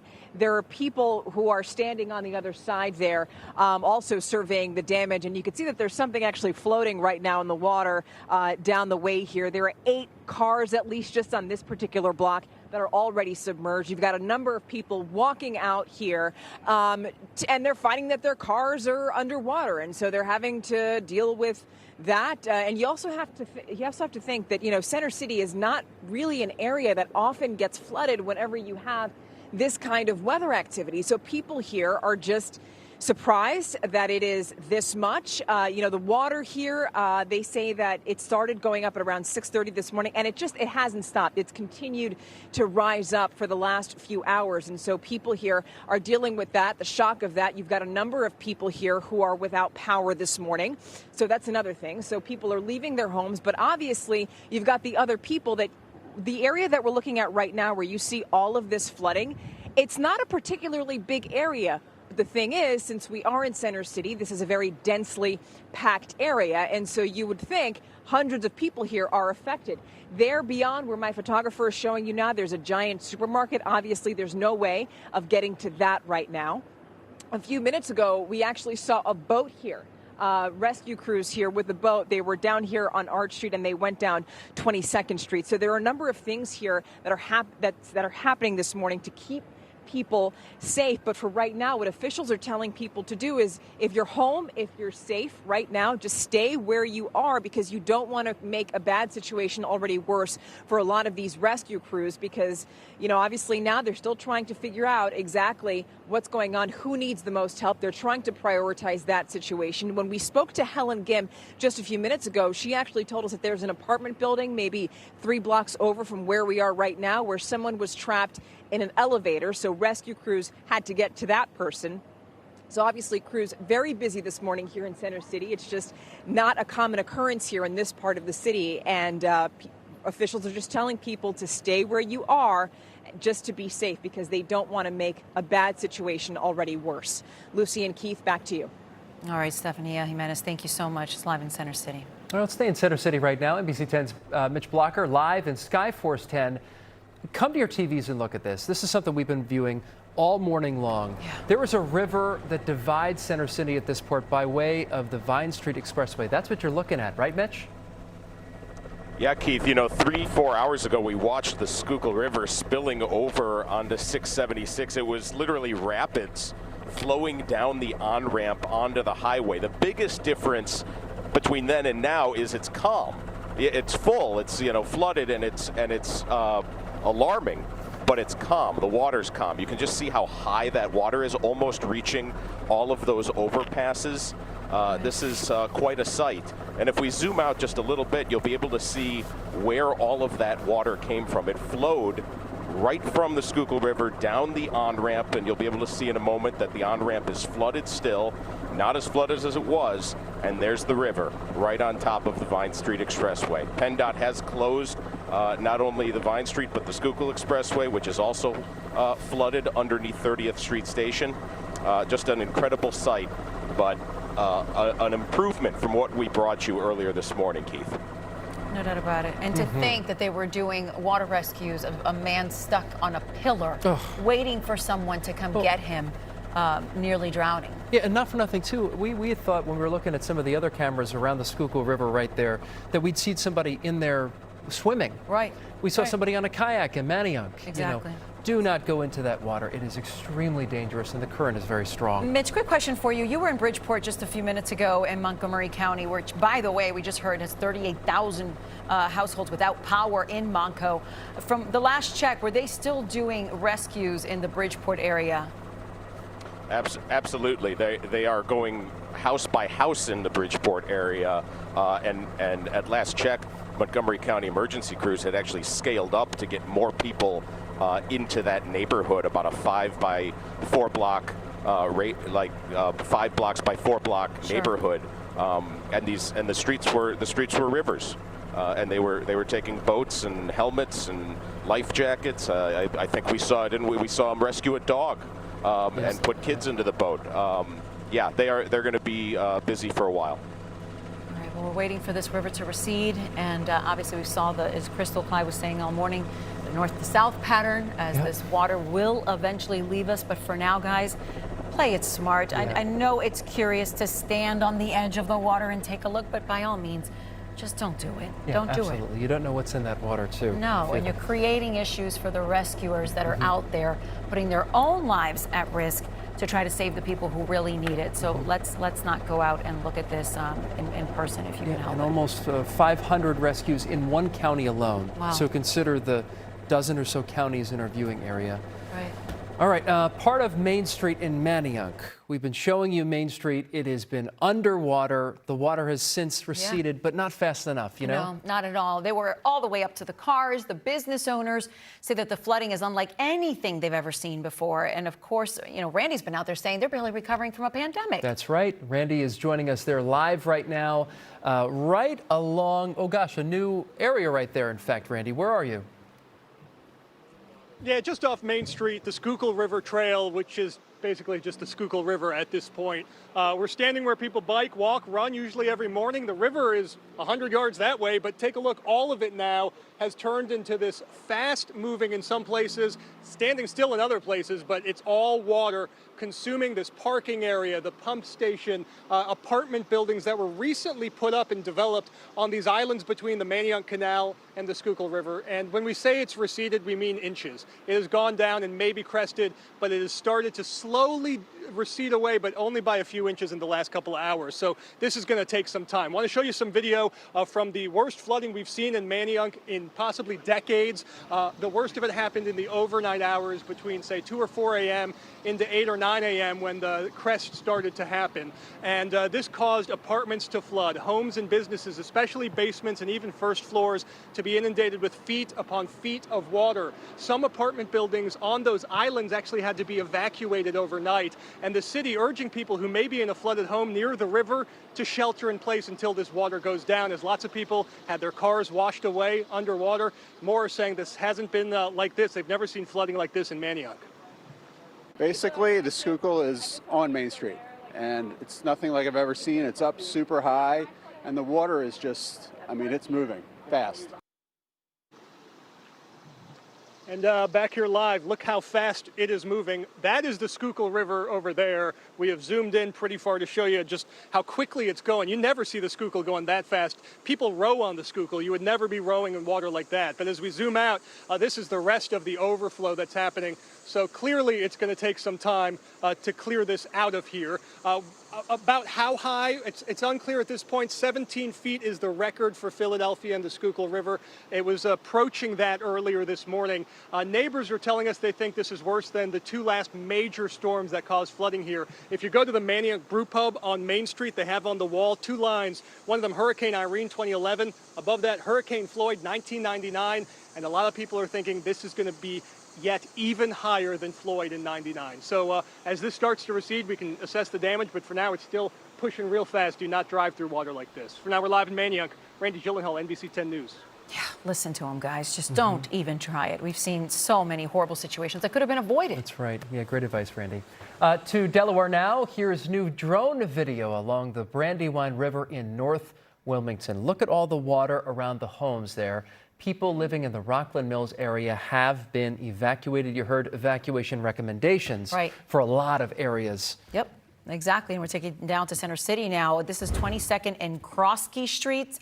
Look at this, guys. The video of the cars just parked there. You know that water has receded slightly since then, but this is just more water from the Schuylkill as it recedes from north to south here. We knew it was going to crest. It hit its peak at about 9 o'clock this morning.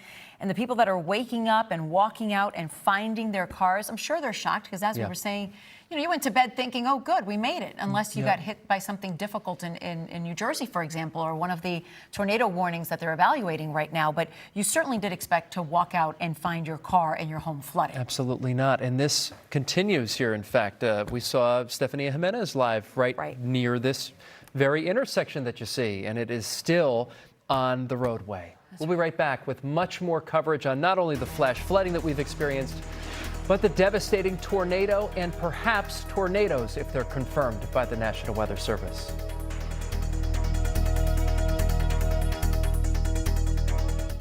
Count on NBC10 First Alert Weather when you need it most. The highest risk is right over our area. For the details that matter. Anyone traveling along 476, we're all under this tornado warning. Neighborhood updates. A building collapse, major damage at a car dealership. And when to take action where you live. You want to be in the lowest floor of your home, away from windows right now. Wherever you are, NBC10 First Alert Weather is there because your safety is our priority. Count on it.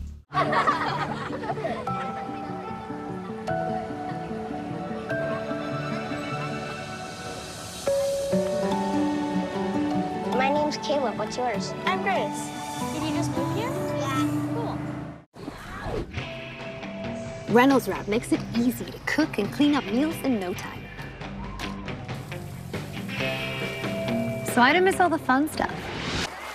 Easy prep, cook, and clean with Reynolds Wrap. If there's ever a summer to get away, this is it. And the Hyundai Getaway Sales Event is here to make it happen. Secure your deal and head to your Hyundai dealer today, where new vehicles are arriving daily.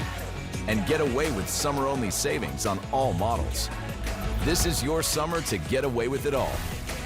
Hey, it's your journey. Own it. Now lease a 2022 Tucson for $189 a month or a 2022 Santa Fe for $229 a month. Hurry in. How the smartest shoppers are shopping in Philadelphia, South Jersey. See how much more they saved at Walmart versus Giant this week?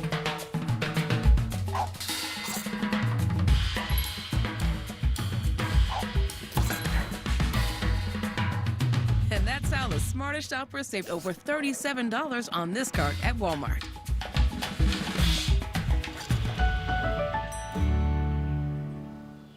If you suffer from erectile dysfunction, you're not alone. At Prime Wave, our doctors are the undisputed ED experts. I could feel the results almost immediately. Don't suffer with it. Just go get something done. So if you're suffering from ED and want to undergo the same amazing transformation, or even if you just want to perform better in the bedroom, then call our doctors at Prime Wave today. Call 267-214-3560. That's 267-214-3560. All right, welcome back. It is 11:13 in the morning, and we're covering the flooding from the overflow of the Schuylkill River into Philadelphia County, Montgomery County, Chester. This is live Skyforce 10, all the flooding. Mitch Blocker's there right now. He's been reporting on the rescues from the rooftops that we've been seeing, Keith. You may be wondering what you're seeing here. In fact, this is the Vine Street Expressway. Yeah, all that water there is not a river. It is a major highway, major thoroughfare dividing Center City, Philadelphia. That's right. So obviously the damage has not just been through flooding that we're seeing as of this morning. Last night was so scary for so many people, and it ended up being absolutely heartbreaking in South Jersey, in Mullica Hill, where we find Miguel Martinez-Valle with much more on what's happened out there in Jersey. We heard from the governor, Miguel, just a little while ago, saying that aid is coming. Good thing, because that neighborhood that we saw in Mullica Hill is just extraordinarily torn up. Look at the view there, Miguel. Wow. Yeah, nearly a dozen homes were totaled by this tornado, and Governor Murphy actually walking around, talking to people, taking a look at this destruction. But I mean, just take a second to really take it all in. This was a miracle that nobody here was seriously injured, and that's a lot of what neighbors here have been saying time and time again. Now, we were talking, your family lives in this home that we're looking at right now on our camera. Tell me who lives there and how they're doing. My daughter-in-law and son-in-law and my two granddaughters and baby number 3 on the way. On the way, and the baby's doing fine? Yes. I know they were in the hospital. Yes, they checked her out at the hospital, and the baby is good, strong heartbeat. And I can tell you're pretty shaken up. Looking at this, what's going through your mind right now? Just a whole bunch of memories. This is a family home, and actually, if we take a look with the camera, you can see some of, the kids, the children's There's toys the new right crib. there. See the crib? There's the new crib for the baby. Again, we were noticing that this morning. Now, I do want to go right now. We can take a look. We had video from neighbors here that have video of the tornado as it was coming towards the houses. Oh, wow. Look at that tornado! And so that was yesterday around 6:20. Now we're told families rushed to the basement. I know your family rushed to the basement, and that is what we're hearing could have saved lives yesterday, right? Oh, absolutely. I was in Millville in ShopRite, and I got the notice. I mean, you know, you get that loud sound, and I looked, I said, oh my God, tornado watch in your area. Never dreaming all the way here this was happening. Are you so grateful everybody's okay? Oh my God, yes. That's really all bottom line, that's all that matters. Thank you so much, and I'm happy you guys are doing well. Now, we did speak to the governor early. He said they're going to be here. This is going to take a while to clean up, but they're going to be here for the cleanup. This won't be overnight, by the way. This is going to be a longer road than any of us would like, but we will not relent, and we will stay with it every step of the way. Now, last shot I'll leave you guys with a lot of neighbors helping today, helping clean up, helping collect any of the things that can be saved from what's left of these homes. And so this community, even though the homes might have been taken apart, community is still very much together. I'll send it back to you guys. I'm Miguel Martinez-Valle, NBC10 News. Oh, so taken with what she's had to say just there. Wow. I mean, the sense of relief in her voice, knowing that her family and the future generations are okay. That crib I know. told such a story. It absolutely and to did. know that it hadn't even been used yet. It was meant for the child that's on the way still. All right, Miguel, thanks. Thank you. Sense of community all over our region. Let's turn to Philadelphia city leaders right now, giving an update. We presume it's from City Hall. Let me see a live picture. Okay, that's Fire Commissioner Adam Teal from his office. Let's listen in. You don't know what's underneath, and you don't know how fast moving those waters are. So please, if you can, stay home. We are still doing water rescues across the city. We've done that really for the past almost 15 hours now, continually. Thankfully, we have resources here from the National Guard, high water vehicles. We have our own swiftwater rescue teams, our urban search and rescue task force got back from a federal deployment to Alabama just in time to help us here in Philadelphia and also help out in Bucks County.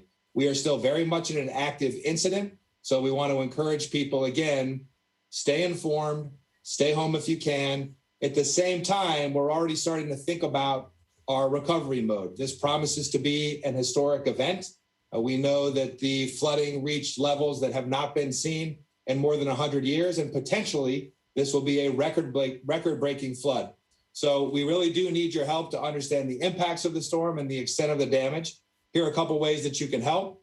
You can go to www.phila.gov/OEM/storm. That's phila.gov/OEM/storm. And you can actually put in pictures of damage if you experience damage. You can answer a short questionnaire. That's really going to help us with the damage assessment process as we move forward with our state and federal partners and try to get assistance for folks here in Philadelphia who are impacted by the storm. We also want to make sure that you're connected to information. You can text STORM PHL to 888-777 to get free severe storm updates. And of course, to receive all kinds of emergency information, you can do Ready Phila to 888-777. That's 888-777, Ready Phila or Storm PHL. And with that, I'll turn it back over. I do want to mention the fire department and OEM have been in a coordinating role and a direct action role in many cases over the night. We did have so much assistance from so many partners, too many to name. This truly is one team, one mission. We are still at it.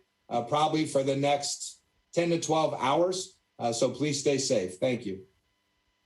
Thank you, Commissioner. Now we'll turn it over to Rich Montanez, Deputy Commissioner for the Philadelphia Department of Streets. Good morning and thank you. The Streets Department is currently about a half day behind on trash pickup. We're asking residents to put out their trash on their normal day. We will be picking up trash well into the weekend. And please be careful. We are going to go into the flooded areas once the waters recede. As far as road conditions, the Streets Department, once the police and fire department give us the okay, we will be cleaning those flooded roads with our street sweepers. So we are planning to clean the roads and open up the roads. If any resident sees a traffic signal out or a light pole down, please don't touch them. Dial 311 or use the app to let us know that they're there, and our crews will be responding to that problem. With that, that's all I had to say. Thank you. Thank you. Up next, we have Brian Rodemakers with the Philadelphia Water Department. Brian? Thank you. Before the storm, the water department crews were working throughout the week around the clock to inspect storm drains and clean any, especially in areas that we know can be flood prone. Additional crews were deployed overnight to respond to any clogged inlets or flooded intersections. And we really rely on residents to report that to us. And our call center is open. It's open 24/7. So customers can reach us at 215-685-6300. That really is the fastest way to reach our dispatchers and get people out there. Clearly, in areas along the river, we will need to wait for the water to recede before we can inspect those areas. But we ask you to be patient, and our crews will get to any areas where we believe there are clogged inlets as quickly as possible. As was noted, we're currently coordinating with other city agencies and government partners and monitoring the situation to respond to what's expected to be historic flooding in the Schuylkill. Our ability to deliver our core services has not been impacted, and we're going to continue to monitor the flooding, and we'll assist streets and other departments in providing cleanup and recovery support. Residents and businesses can find helpful information about flooding response on the city's flood management program page. That includes resources for specific areas like Germantown and Manayunk. If a customer does experience flooding on their property, we suggest that they fill out the city's flood report survey, which is at water.phila.gov/flood-survey. That provides us with information that the city can help to plan for flooding in the future. And customers can also report flooding at their properties to our hotline, which is again 215-685-6300. One thing that we really want to stress to people is not to flood or walk in flooded areas. A lot of times, people post pictures or videos to social media walking along the river or along the Kelly River Drive, sort of recreating in that water, but there's a high potential that it could be polluted with pathogens or other pollutants. The same goes with basement water. So if you can, avoid that water as much as possible. And always call 911 emergency. That's all for me. Okay, thank you so much. We'll now move on to Q&A for members. Please use the raise your hand function to ask questions. As I mentioned, we have Managing Director Tumar Alexander, as well as representatives from LNI, PGW, and SEPTA. And also I want to add that we have Dr. William Height, Superintendent for the School District of Philadelphia, joining us as well. And we have Armando available for Spanish interpretation if needed. First up, I see Dale Mezzacappa with Chalkbeat. Dale, you should be able to unmute. Hi. Thanks. I didn't expect to be the first question, but I am glad that Dr. Height is on the call, because I was going to ask, I guess, first the mayor, the reaction to the fact that the schools are open today, even though they opened late, or most of them opened late, given all the warnings that you said about how it's better to stay home. And also then asking Dr. Height if he could explain why a decision wasn't made earlier to either close the schools or open them later. Dr. Height, I was not involved with the direct deliberations on school opening, so maybe you ought to start. Yeah, thank you. Thank you, Mayor. And Dale, to your question, thanks for your question. And so this, as you know, is an evolving situation. And naturally, we want to make communication to families as early as possible.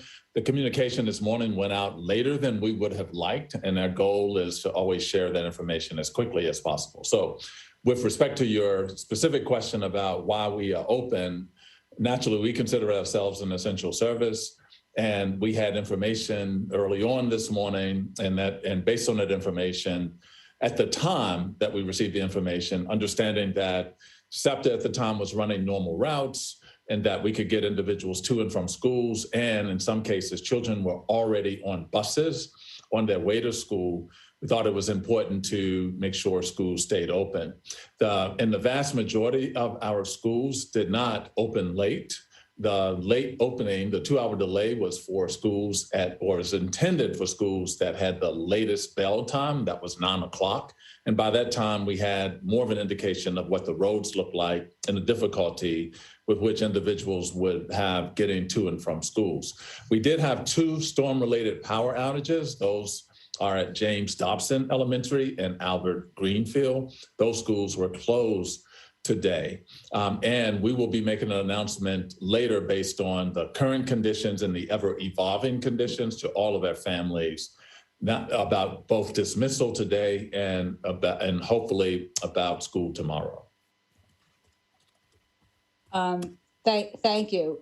Just one more follow-up question. We heard other issues about like damage at like Masterman where roof tiles fell in and people are now up in arms again about that. Can you confirm any of that?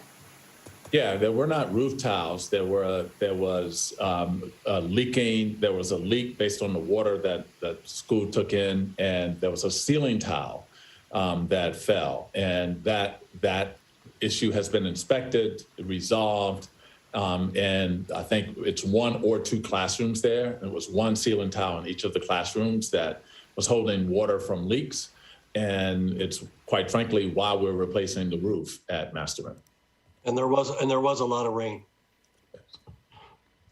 And Mayor The Kennedy, City of did you want to say Philadelphia anything giving an about the update decision? here on the flooding situation, the damage. You just heard Superintendent Dr. William Haidt address some situations at specific schools and also address why schools, some of them at least, were delayed for 2 hours. We want to get some pertinent information for people.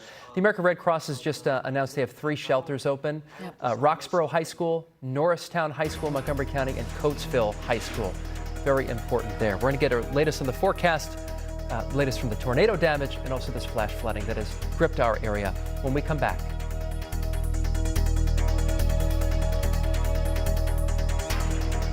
The Rothenberg Law Firm, 800-624-8888. Go to injurylawyer.com. I retired a few years ago. I have 3 kids and 5 grandkids. We missed that human connection of seeing each other face to face. And then it happened. And then I got COVID. I felt miserable. My best friend said, join a clinical trial. It took me 24 hours to start feeling better. It's great to be alive. You can take action too. Find out how at combatcovid.hhs.gov. When cleaning your air ducts, it's important to clean the entire system. An air duct cleaning from Stanley Steamer removes pounds of trapped dirt, dust, and allergens from your home completely. The cleaning improves your home's indoor air quality, keeps your home cleaner longer, and can even improve the efficiency of your HVAC system. We want you to have the cleanest and healthiest indoor air possible. So call for a free inspection today. Stanley Steamer gets your home cleaner. Ready for a hot summer special? Check out Bet Rivers. New members can use the code SUMMER50 to get $50 in free play with their first deposit of $25. Play with the winner at Bet Rivers Online Casino. New Jersey suffered through the COVID pandemic. Now COVID cases are skyrocketing again. But where's Governor Phil Murphy? Instead of leading us through this new crisis, he jetted off to his luxury Italian villa for a vacation. Murphy leaves while businesses struggle. Kids fall behind. ICUs fill up, and our death rate is the highest in the nation. This November, treat Phil Murphy the same way he treats you. Leave him behind. Next, Kelly. Oscar winner Helen Hunt. Wear socks with sandals. Guilty or not guilty? Guilty every day. Going commando. Totally guilty. Yes. Planning for a zombie attack. Bring it on. Today at 2.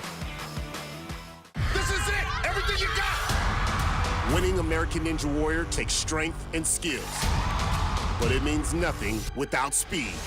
It's the same when it comes to your internet. With Xfinity, you'll stay connected with Wi-Fi coverage that delivers the speed your devices need. Hit the buzzer in record time with American Ninja Warrior and Xfinity. He's gonna get the fastest time of the night! Watch American Ninja Warrior Mondays on NBC or stream it with Xfinity X5. Can your internet do that?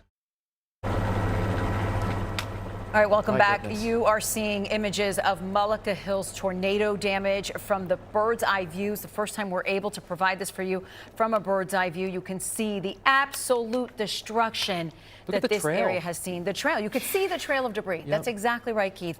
Governor Murphy was out there just a few minutes ago saying that help is coming, that they're going to be here for the long haul. Also, we just heard the press conference wrapping up in Philadelphia. If you have damage in Philadelphia, phila.gov. OEM/strong. That is where you can find the form. We tweeted it out for you just a few minutes ago. Upload your damage pictures, upload what's happened, and that will get your recovery started. But as you can see, it is hard to find a piece of our area, Keith, that hasn't seen some sort of damage, or at least that we were emotionally affected by this, hearing the tornado warnings and the flash flood emergencies on our phone. We're talking about plenty of people here that are in need of so much help in different ways, including Montgomery County. We've now learned that this storm is deadly, right? Yep. 3 people have been confirmed killed in Montgomery County. Almost 500 rescues have been made in that county alone. And, listen, we've been showing Mullica Hill in that one neighborhood. Even if you just what the Skyforce 10 is doing right now, you can actually see there's damage even beyond that. The trees. That's right. Okay, so let's talk a little bit about this forecast, right? So we're looking ahead. We've got the flash flooding that we're dealing with in parts of Philadelphia and all up and down the Schuylkill Expressway and the Schuylkill River. Michelle Grossman joins us now with a look at just how the water levels have receded just a bit, right? Yeah, thankfully, right? So we saw that crest right around 9 o'clock for most of the creeks, most of the rivers. I know, good news. So we're starting to see that receding process. It's a lot of water. It takes a lot of time.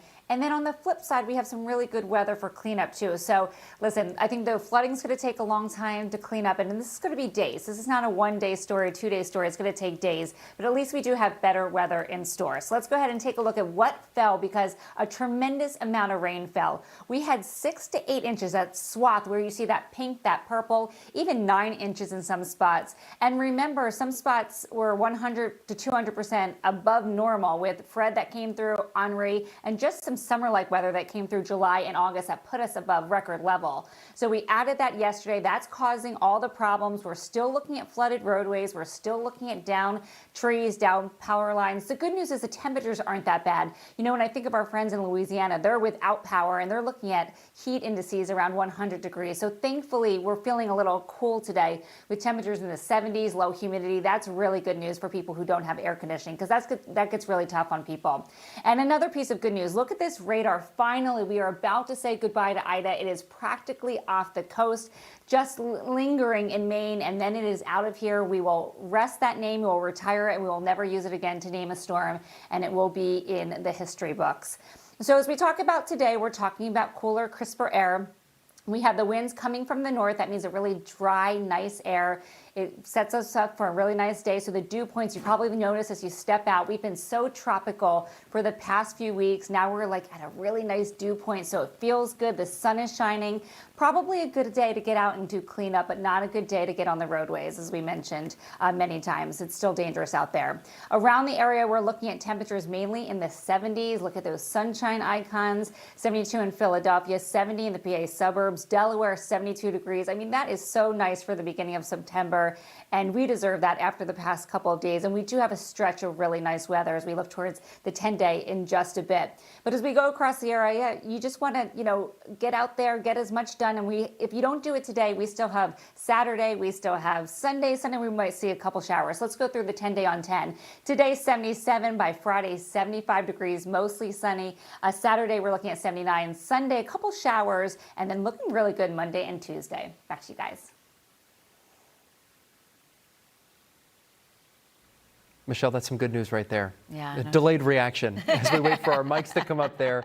That's some good stuff, obviously, in a day filled with some really difficult news to consume and deal with for a lot of people. Hundreds, if not thousands in our area. And like you were saying earlier, the businesses that have been impacted by all of this water. Goodness. This is on top of a pandemic. Yes. And this is just going to be a very overwhelming event, especially for part of Main Street in Manayunk that was underwater all morning long, and they're going to have to deal with that recovery. So Randy Gyllenhaal, he's been there all day for us. Randy, what are you seeing right now? Is it any better? Michelle just said this is a lot of water that we're waiting on. Is it any better by you? Just by inches, it's still really at almost the worst we've seen, starting to recede a little. You mentioned the businesses on Main Street in Manayunk who had to survive a year of the pandemic. Mad River, of course, was one of them that closed during the pandemic, one of the first restaurants to announce their closure. And take a look at this building now. The doors to the Mad River Bar and Grill were actually just pushed open by the power of that water. Of course, they haven't been open in months, so that's just a sight to see right there. Let's pan over to the left. What you see right there is the Schuylkill River. It is absolutely raging, almost hitting the top of that railroad bridge. And it has tore off the entire back deck of Mad River, as well as the deck inside the Manayunk Brew Pub, now washed down river, likely past 30th Street Station. And if we zoom out over here, you just see how much water we're dealing with over here at Pizzeria Langolo. I talked to the owner. He tells me he just installed a bunch of new ovens, opened his business during this pandemic, and now that entire basement and first floor is flooded as well. Let's show you some video of the damage here in Manayunk. All of that rain north of the city slowly draining down the Schuylkill River. The river in Philadelphia reaching historic levels, approaching 17 feet, which is the all-time record for the Schuylkill. And it is just causing flooding from Collegeville to Conshohocken to Norristown and here in Manayunk. And it's, according to neighbors, they say it's like nothing they've seen, even Floyd and Irene, 2 hurricanes that caused a lot of damage. We're also talking to folks who parked their cars overnight a little too close to the river and woke up to find them underwater. Just cars completely underwater, people looking very scared and just wondering what the heck do I do. I saw someone with a suitcase, just probably that had to be evacuated, wondering where do I go now. Back here live, you can see some of the homes here, the backyards of these homes on Main Street, which connect to the businesses. The cleanup is underway, though. The cavalry's slowly arriving. It's going to be blocks and blocks of pumps over the coming day or two as they try to get this water out of here. And it's really just a Herculean effort because you're basically trying to drain the saturated Schuylkill River, and it's just going to take days. And again, we are seeing that water level maybe dip a little bit, but it's going to take a while, guys. We're live in Manayunk. I'm Randy Gyllenhaal, NBC10 News. Well said, Randy. You know, that's a little pump to try to get the water out of someone's basement, and it's the same exact issue that we're seeing on the Vine, for example. Their pump's not working to get the water out from where we really need it to get out of, especially for the roadways. But that's that kind of help that comes in the aftermath, and that's great, actually, that they're getting started this soon after the flood. So hopefully that business will be all right. Because the cleanup process from water damage, especially several feet of water, is immense. Yep. We're taking a live look here. That is the Schuylkill River Trail along the Schuylkill River in Center City, Philadelphia, leading up to the South Street Bridge. People have been standing there, watching it there on that ramp. We'd advise against that, certainly. Don't go near that water, which is raging at this point. We're expecting to hear from Governor Tom Wolf at noon today. We're going to bring that to you live. We've already heard from the city of Philadelphia and Governor Phil Murphy, who vowed to speak with the president about lending some help to the people who need it most. We'll be right back. The Labor Day sale at Ashley Home Store is here. Get 60% and more off all living rooms, bedrooms, and dining rooms. And the guaranteed lowest prices on the top mattress brands. And no interest till 2026. Only at these Ashley Home Stores. Through the spires, a new game is being played. Where hearts are racing. Where you set the stakes. Where you take control of your destiny. And an exhilarating world comes to life. Hundreds of games with huge payouts. Twin Spires offers new players 24 hours of risk-free betting up to $500 plus 250 free spins. Discover a new world at Twin Spires Casino. If you suffer from erectile dysfunction, you're not alone. At Prime Wave, our doctors are the undisputed ED experts. We've treated thousands of men, and we can help you too. We treat the root cause of erectile dysfunction and offer results that last long term. So if you want the same amazing transformation, or even if you just want to perform better in the bedroom, then call our doctors at Prime Wave today. Call 267-214-3560. That's 267-214-3560.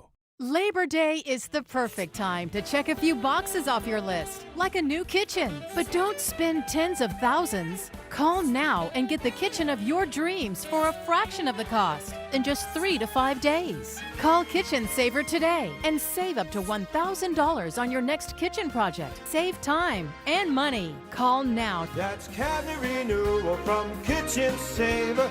Prepare to be impressed. Kitchen Saver. First, there was Vegas, then Atlantic City. Now, your pocket. DraftKings has an online casino where you can play your favorite games whenever and wherever you want. Slots, blackjack, live dealer games, and more. We'll even give you $50 in free credits and a deposit bonus up to $1,500 to get started. Viva Las DraftKings. Download the app or visit us online. Try DraftKings Casino today with our exclusive offer and experience the casino floor like never before. The Labor Day sale at Ashley Home Store is here. Get 60% and more off all living rooms, bedrooms, and dining rooms. And the guaranteed lowest prices on the top mattress brands. And no interest till 2026. Only at these Ashley Home Stores.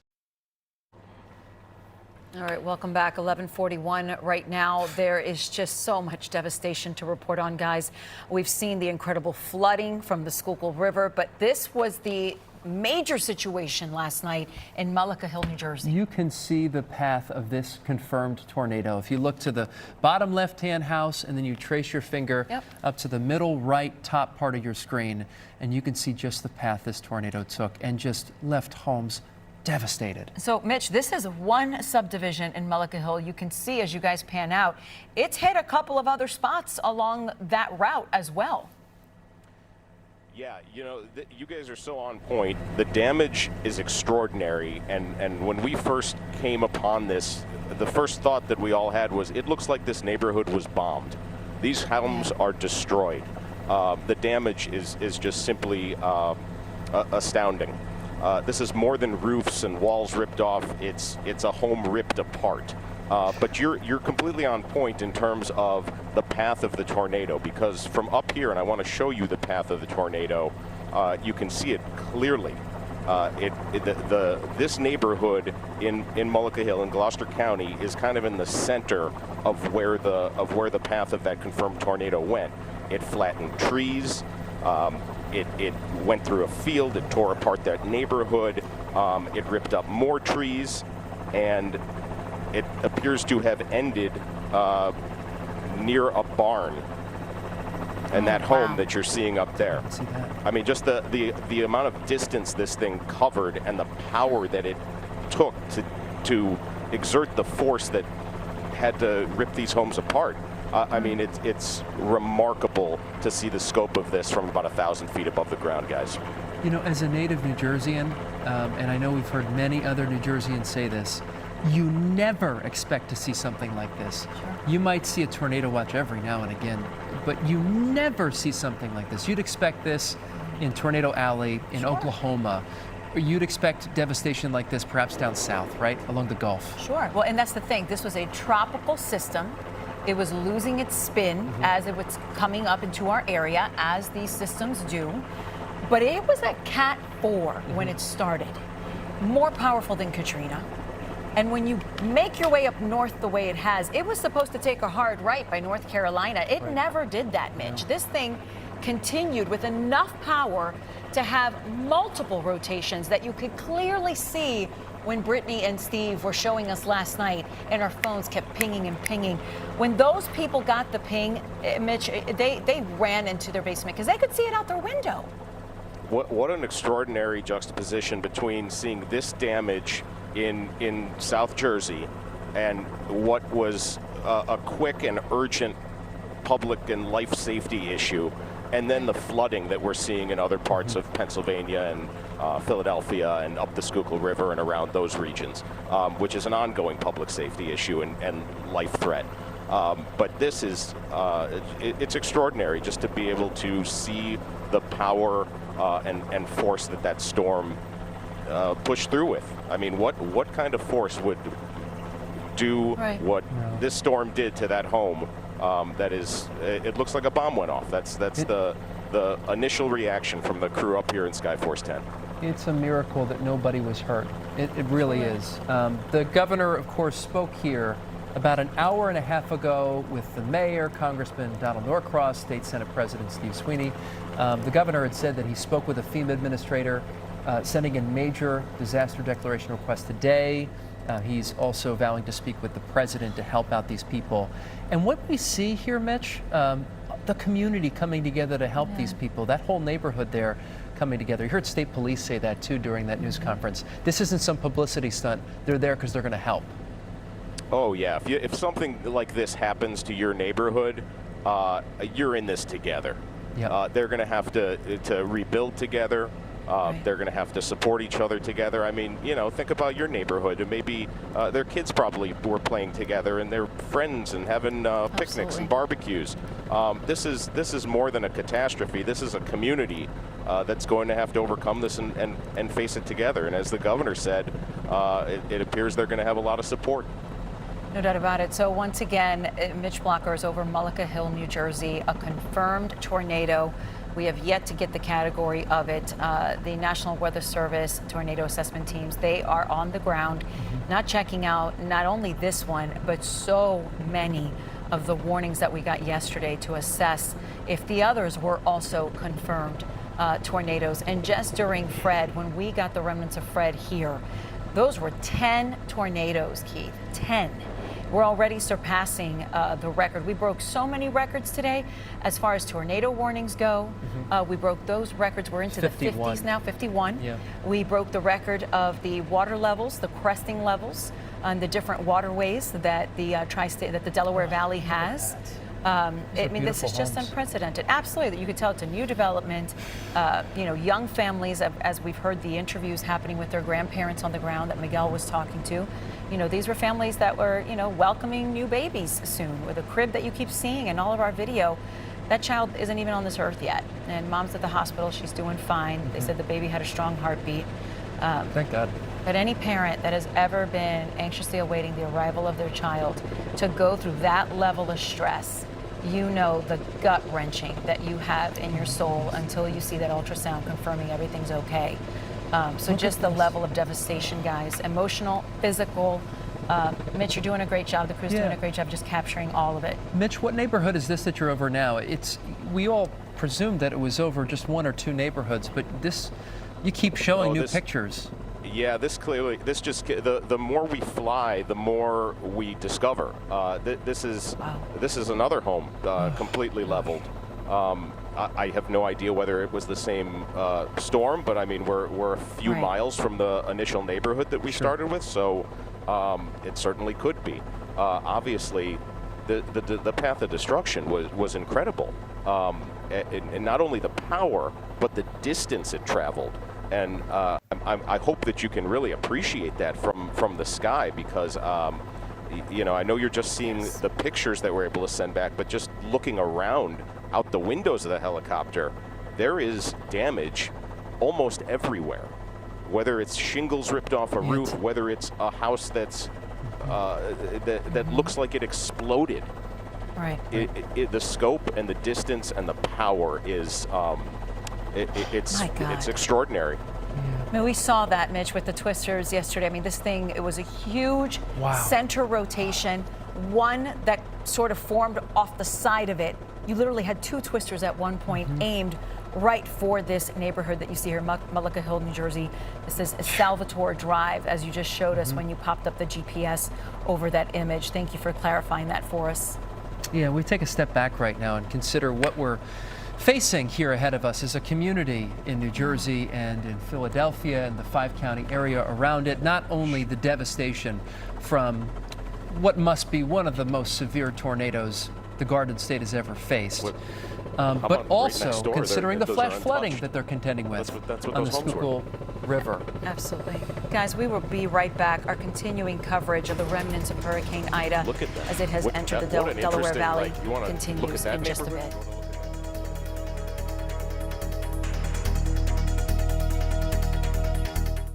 Next, Kelly. Oscar winner Helen Hunt. Wear socks with sandals. Guilty or not guilty? Guilty every day. Going commando. Totally guilty. Yes. Planning for a zombie attack. Bring it on. Today at 2. On the next Access Daily, from Princess Diana's niece to Issa Rae, dazzling celebrity wedding style. Then get your backyard blooming with affordable florals. Oh my God, it's gorgeous! Next Access Daily. Today at 1 on NBC10. Homespire Windows and Doors is proud to offer the last windows you'll need with Infinity Windows from Marvin, made with a proprietary Ultrex material. Infinity Windows are 8 times stronger than vinyl and 3 times stronger than the national composite brand. Guaranteed to never warp or twist, our durable Ultrex composite allows for a thinner frame, expanding your glass space, and up to 35% energy savings. Call Homespire Windows and Doors today. Homespire Windows to protect and conserve. I'm originally from Hawaii, but I moved to Wisconsin just last year. I decided to get a bike because a car was too expensive. We both work at Chick-fil-A. She would bike to work every day. And then winter hit, and that was pretty rough. So there was a holiday raffle, and they were giving away a car there. Her name got called, and I was like, she decided to give the car to me. Chick-fil-A feels like one big family. Helping you or just like any of my coworkers always brings joy. It's crazy to say like I gave my best friend a car. Online casino players, say hello to the king. This king gives away generous bonuses and rewards at Sugar House Online Casino. Sign up now for PlaySugarHouse.com. You'll find hundreds of popular slot games, such as Cleopatra and China Shores. And we'll match your first deposit up to $250, because you deserve more. PlaySugarHouse.com. It's Boscov's Labor Day event. Take an extra 20% off our lowest sale prices of the season on most mattresses. We carry all the top brands. No one sells our Sealy Posturepedic for less. Sealy Queen mattresses starting at just $319, plus free delivery and setup. Boscov's is having a 2-for-1 Lazy Boy event. 2 great chairs, 1 low price. This Lazy Boy Casey rocker recliner, 2 for $899.99. Plus free delivery on upholstered furniture, $799.99 and up. It's Boscov's Labor Day event. And now to a heartbreaking scene in South Jersey. An entire neighborhood uprooted by that dangerous tornado, the only one confirmed out of the ones that they think were tornadoes. All the families who live in those homes in Mullica Hill, they're physically okay, but the emotional process, the physical process of rebuilding is just a different story. Yeah, NBC10's Miguel Martinez-Vai live for us on the scene in Mullica Hill this morning, talking with residents and also detailing the cleanup that's underway, the community that's coming together there. Miguel. Yeah, so this is destruction that this Mullica Hill area has never seen before. Nearly a dozen homes were really torn apart by this tornado. You can see one of them here. But on top of the destruction, or more so, this morning what we're seeing is that community come together there. So you can see right there in front of the house, there's actually a pile of food that's being delivered by neighbors to these homeowners. The kids, the mom, the dad. Mom is actually expecting a baby, and they've been finding shoes after shoes, the little kids' shoes, also the baby shoes. That has been a really big moment here for the community. Just small things that let them hold on to normalcy, hold on to what their life was like just 24 hours ago before this tornado ripped their home open. Because if you can see, as we're looking at the home, it really is such big impact. Not only did the walls come down, the roof went off, the windows blew through, so a lot of devastation. This family, actually, we spoke to them a couple of moments ago, and they told us that they ran downstairs when they heard the alarm. They got into the basement, which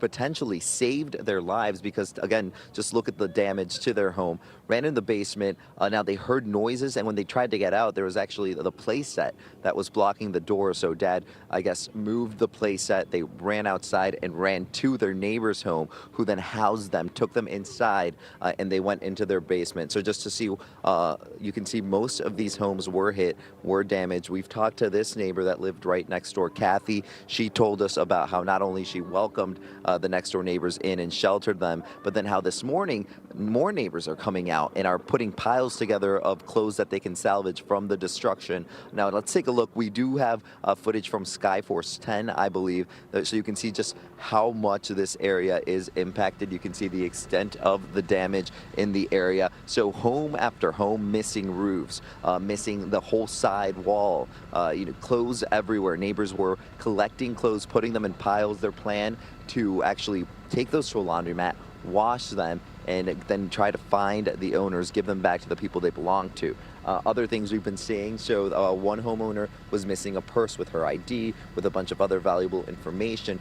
One of the neighbors actually found the purse just in the middle of the lawn because of where everything is, gave it back to them. So we have been seeing a lot of those heartfelt moments of neighbors helping each other out, sharing food, checking in, just saying, hey, are you okay? And so that has been something that's been very, very heartwarming to watch in such an otherwise devastating scene, which is the destruction of so many people's homes, livelihoods. But again, the biggest thing here, no one was seriously physically injured, down here at least. And so we spoke to the governor earlier. He says cleanup is going to take a couple days. He says right now they're focusing on getting roads back open and on getting power on. Power for this area expected to be on by the end of the day. For most people, obviously, some places hit harder than others, so we're going to have to be patient, but help is here. They also mentioned for anyone that needs help, for anybody whose home was impacted, they're going to have a resource page for you on the New Jersey government website. I'll send it back to you guys at Miguel Martinez Valle, NBC 10 News. And that is destruction that stretches for at least a mile there, Miguel, through those neighborhoods. Thank you so much. Also miraculous that nobody was injured. It's incredible. Yeah, to see those kids just wanting to have lunch in front of their house. Oh, it just breaks your heart. All right, let's get right over to Katie Zachary, who's been monitoring the situations on the road. So many people got on the road this morning. They had no clue that they were going to be stuck there for hours. It's so true, because things changed really like that. That floodwater just came up so quickly. So I want to describe something that I've been watching.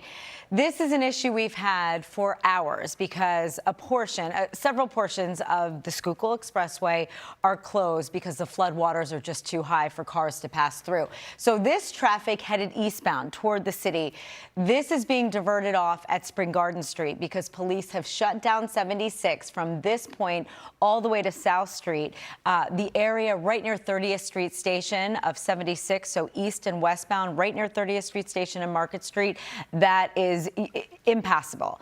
So this is unfortunately a situation we have going on. This is local traffic that's entered Spring Garden Street in Philadelphia trying to gain access onto 76 westbound because you can absolutely get on 76 westbound. You're going to be taken all the way to Route 1 and be forced off at Route 1 because there's another closure further out.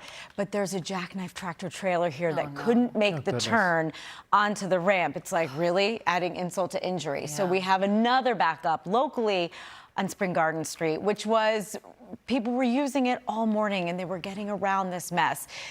So that's what we just addressed. 76 at 30th Street, closed in both directions.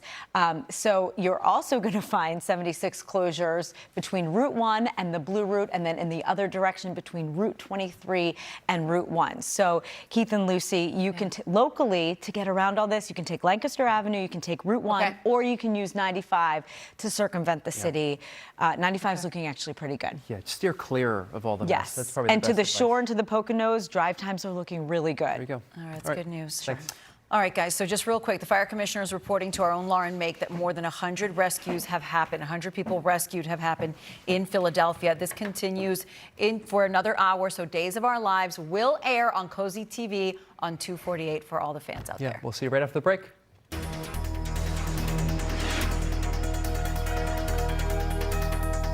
When cleaning your air ducts, it's important to clean the entire system. And air duct cleaning from Stanley Steamer removes pounds of trapped dirt, dust, and allergens from your home completely.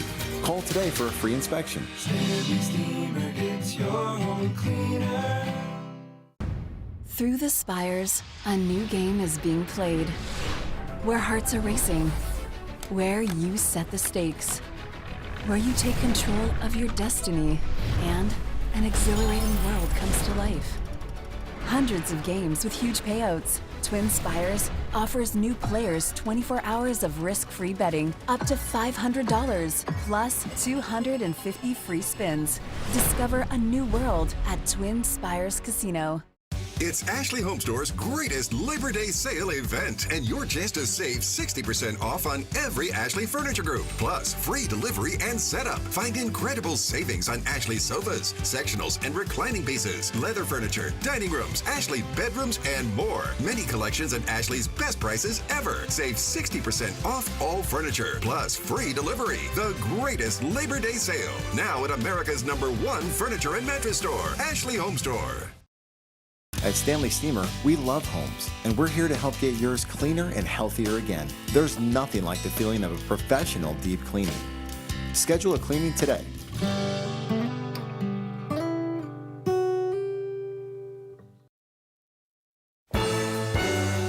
NBC10 breaking news. Right now at noon, flooding devastation. Parts of our area submerged after Ida's remnants pounded our entire region for hours. People rescued from dangerous waters, homes leveled by tornadoes, and people picking up the pieces right this second. This is NBC 10 News, special edition at noon. I'm Keith Jones. And I'm Lucy Bustamante. You're watching a special continuous coverage as we deal with not just the massive flooding because of what's happening right behind us here. That is the Schuylkill River Bike Trail, where you're used to seeing people walk. This is from here to another part of University City, South Street on the left, right behind Keith, but also the tornado that hit last night in New Jersey. So we have live team coverage to show you all of the damage and also to help keep you safe at this point. That's right. NBC 10's Randy Gyllenhaal has been doing a good job of that. Out in Manayunk on Main Street, the water had been rising all morning. Randy, it is slowly receding. Yeah, good news. We have definitely crested here in Manayunk after creeping forward and flooding more and more all morning long. All of that rain that dumped north of us is starting to slowly drain out. And I can show you how much has started to recede. You see those two cars there. The blue one, now we know, is a Volkswagen. Didn't know that before. The water was basically up to the windshield wipers. And the car behind it, we couldn't even see it early this morning. So you can see it's gone down at least a few feet. But these businesses on Main Street, from the left, you got a furniture store, a pizza shop. On the right, you got the Manayunk Brew Pub and Mad River. They are just inundated with at least 10, maybe 15 feet of water in some of them, especially in those basement areas. Want to show you some video here of I'm told the governor is speaking on NBC 10 right now. Let's go straight to that live. Emergency management to protecting your fellow Pennsylvanians. You folks saved many lives throughout this storm. Thank you also to the Pennsylvanians, to every Pennsylvanian who stayed off the roads during this storm. Thank you for doing your part to help emergency responders work faster and work more safely. Throughout the Commonwealth, we're slowly moving from response to recovery mode. That's going to look different in each community depending on the damage from the storm and the ongoing demands on the emergency services and the emergency personnel. I know that today many people in Pennsylvania are hurting. We experienced a historic storm here all across the Commonwealth, and many people had to deal with rare weather events that don't normally affect them, their families, their communities. A lot of Pennsylvanians will be dealing with very hard emotions today. They're going to be dealing with hard emotions tomorrow, and they're going to be dealing with hard emotions in the near future. If you are struggling with stress from the storm, help is available. You can call or text our disaster distress helpline at 1-800-985-5990 at any time, day or night. That's 1-800-985-5990. We all have a long road ahead of us. It will take time to complete damage assessments and make assistance and resources available. But we're going to continue to share information about assistance as it becomes available in the days and weeks ahead.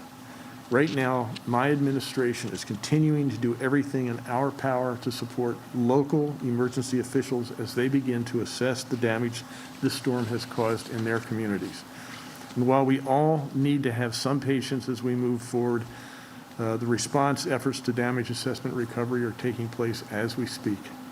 There are things that Pennsylvanians can do now to prepare for what comes next. Let's be vigilant. Thank you, and now I'm going to turn things over to PEMA Director Randy Padfield to discuss more. Randy? Thank you, Governor, and good afternoon. We know it's been a long last 24 to 36 hours for first responders and citizens of the Commonwealth who have been affected by Tropical Storm Ida. And I'd like to echo the governor's comments, thanking them for their service and dedication. The governor pointed out how dangerous some of this work happens to be, and I'd actually like to point out a situation that occurred last night while we were here in the Commonwealth Response Coordination Center.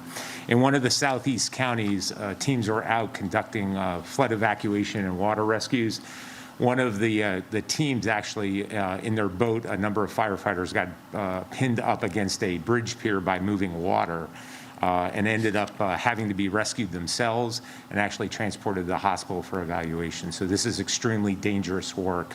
And we actually like to thank the citizens that really heeded the message to not go out and not put themselves in those situations. The first responders have performed valiantly over the last 24 to 36 hours. Starting early yesterday morning and working throughout the day and overnight career, have tirelessly responded to numerous water rescue and flooding situations to rescue and evacuate those in need, open roads, clear debris, and restore utilities.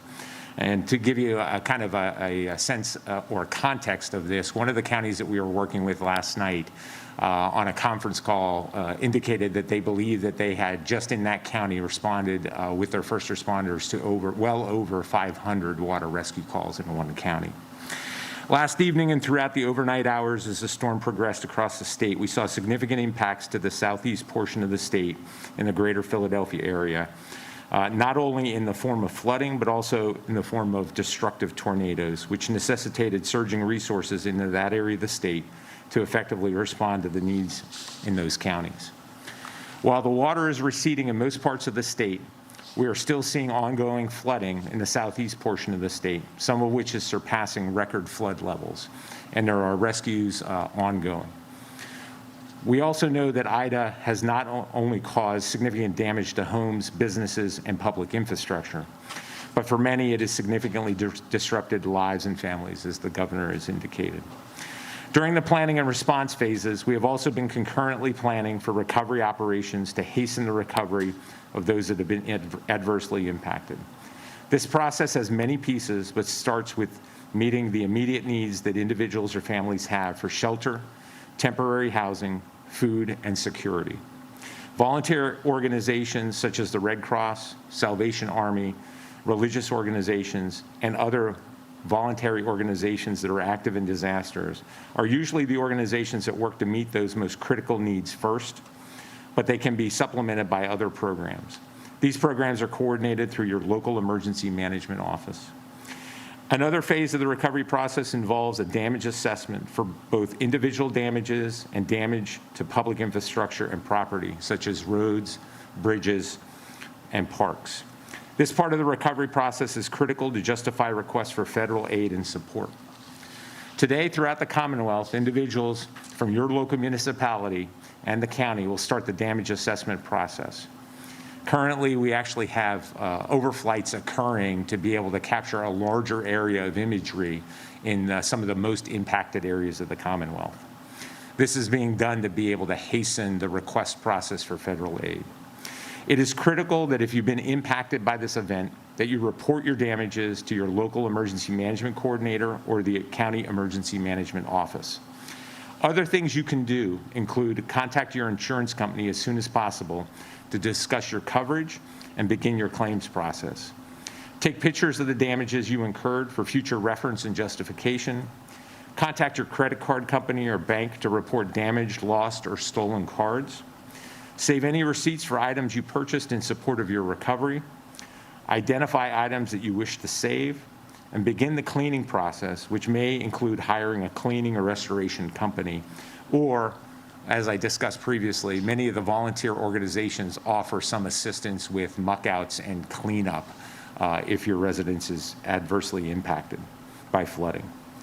You can find these and many more tips in the After the Disaster Guide on the ReadyPA website at ready.pa.gov. Above all, we want those affected to know that there are many individuals working at all levels of government and within numerous organizations to hasten their recovery. The best way to know what is available and when it will be available is to stay informed by following local media sources or your county emergency management office on social media or other platforms. And now I'd like to turn it over to Melissa Batula, Acting Executive Deputy Secretary for PennDOT, to provide an update. Thank you, Director Putfield, and thank you all again for our opportunity to speak with you all today. Again, I'd like to echo the thanks for all the agencies and our emergency responders and our dedicated crews from both PennDOT and the Pennsylvania Turnpike for their efforts as we manage the storm overall. We do remain in active communication with other agencies, other states, and industry partners. As others have said, we had significant impacts from this event, especially in the southeast and south central areas of the state, but this was a statewide event. Although all of our driver's license centers are opened as planned today, we still have 376 roads that are closed statewide. About 233 of these are a result of flooding, but we also have many roads closed from downed trees and limbs, as well as utilities. And although most of these roadways are secondary, there are 16 major roads that are closed at this time. Most notably, Interstate 76 and 676 in Philadelphia are currently closed, and a complicating factor is that the pump station, which is currently under water from the rising waters on the Schuylkill River. So that right now is preventing us from pumping off water from these roadways. Now, PEMA and the DEP are assisting us in getting large pumps to this area so we can remove the water, but even so, it's likely going to be that these interstates may be closed for some time. At this point, our main focus is on response and disaster relief and to ensure that the most impacted areas of the state have the resources that they need. Then we'll be assessing the damages so we fully understand what we're dealing with. As the waters recede, we'll be conducting post-flood road and bridge assessments, and then conducting bridge inspections when those conditions warrant. We are preparing to deploy bridge inspectors and other resources from lesser impacted areas of the state to those that have been most impacted. We understand that closed roadways and other impacts from the storm can certainly be frustrating. But please know we're working diligently, but we ask for your patience over the next few days. Even though the rains have stopped, it's still so important that the public remain vigilant and allow space for our crews and our emergency workers to do their jobs. Many creeks and rivers are still rising at this point.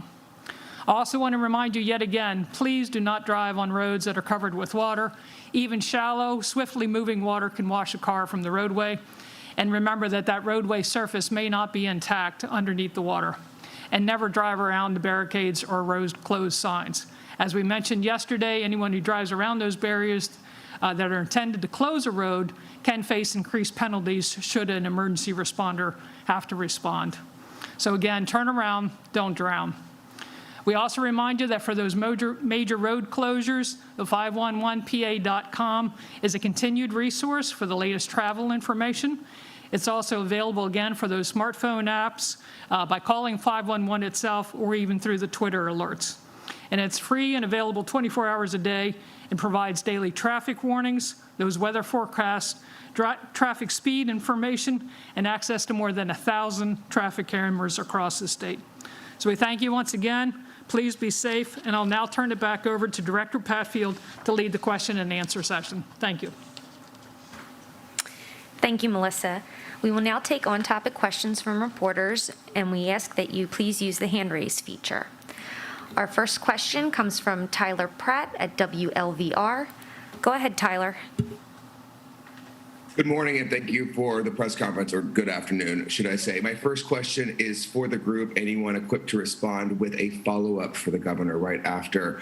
Can anyone give any hard numbers that you have right now about how many deaths occurred in the Commonwealth due to hospitalizations, or perhaps total number of search and rescue operations that have been underway since this began?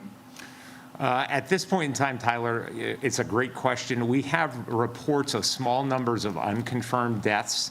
However, they have to go through a confirmation process with the county coroner for us to record them as a confirmed death associated with the storm. Okay. As far as hospitalizations, we do not have that number currently. We can check, obviously, with our Department of Health. They have been activated with us in the Commonwealth Response Coordination Center. They may be able to track that information working with the hospital's systems. We have been and listening as far to as Pennsylvania rescues, state leaders here it would address the flooding that we're contending with all along the Schuylkill River, namely, there's other waterways, of course, that have also flooded. Some of the big points there, one, highways will be closed for some time. That's big news for people who had to deal with the Schuylkill Expressway and who are currently stuck on the Schuylkill Expressway at this point because that's been closed in both directions. 676, of course, is basically a river dividing the city of Philadelphia. which is an incredible sight to see, unfortunately. And on that point, Keith, Yes. 100 water rescues at this point. The fire commissioner, Adam Thiel, told us just a little while ago, and also to our reporter, Lauren Make, who's been gathering all these facts for us, at least more than 100 people rescued. He said they haven't stopped to do a count because they're still working.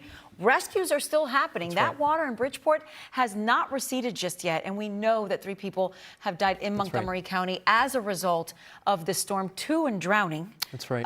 But as far as how many deaths total, you just heard them say in the city of Philadelphia, they do not know just yet. But we're going to get much more information from the governor's office in Pennsylvania and also in New Jersey that has had so much pain. But Parktown Place just told everyone, this is in Logan Square in Philly, evacuate immediately. The Red Cross will be on the scene there. Parktown Place, it's 4 separate buildings that are part of that one complex.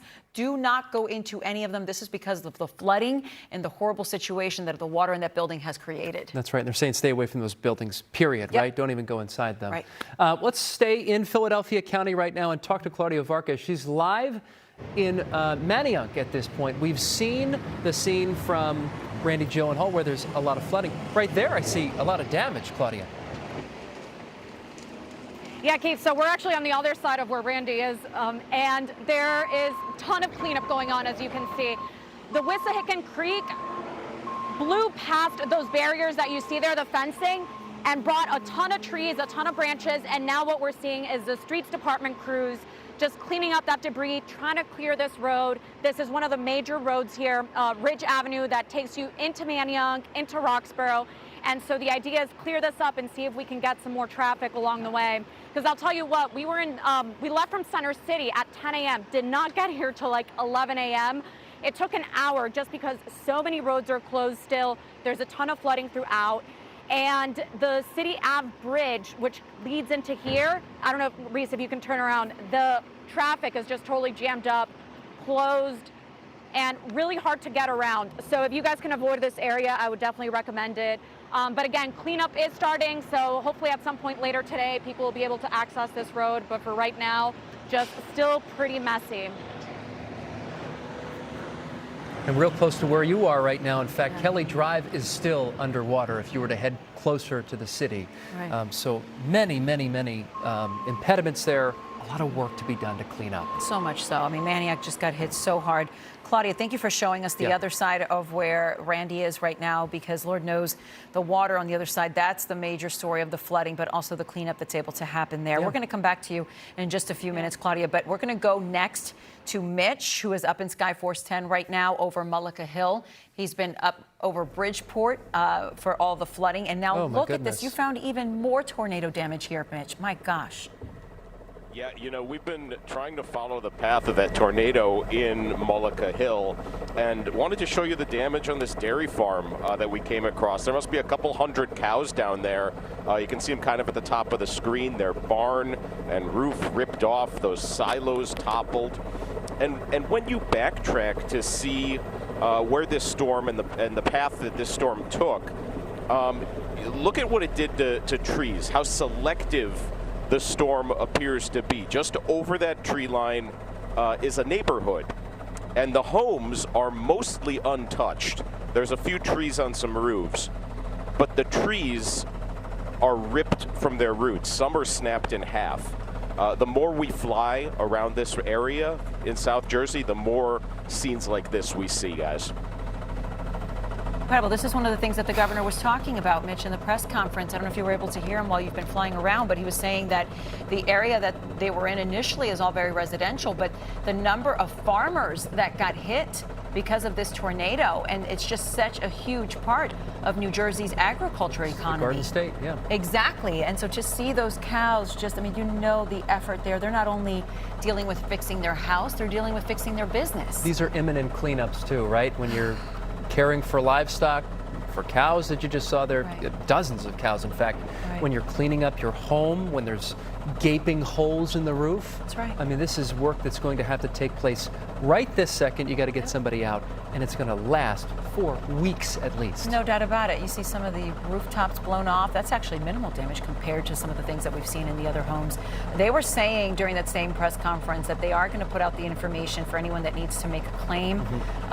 You got to wonder what kind of insurance coverage some of these places have. I can promise you a lot of places don't have flooding coverage that we've seen from the flooding in the Schuylkill River banks. This is just, it's an act of God is what insurance companies call this. And we'll see what happens with the claims. But Philadelphia has already put out their link, phila.gov/OEM/strong. You can go there, you can upload the pictures of the damage, you can start filling out the information so you can start to get your money. And the Red Cross has also set up at various points around our viewing area where they are present in the form of shelters and also in giving out water and food and doing what they do. Look at this. I don't think you did show this in the last half hour. Mitch, tell us about, is this all the same neighborhood in Mullica Hill, or are you hitting a few subdivisions at once?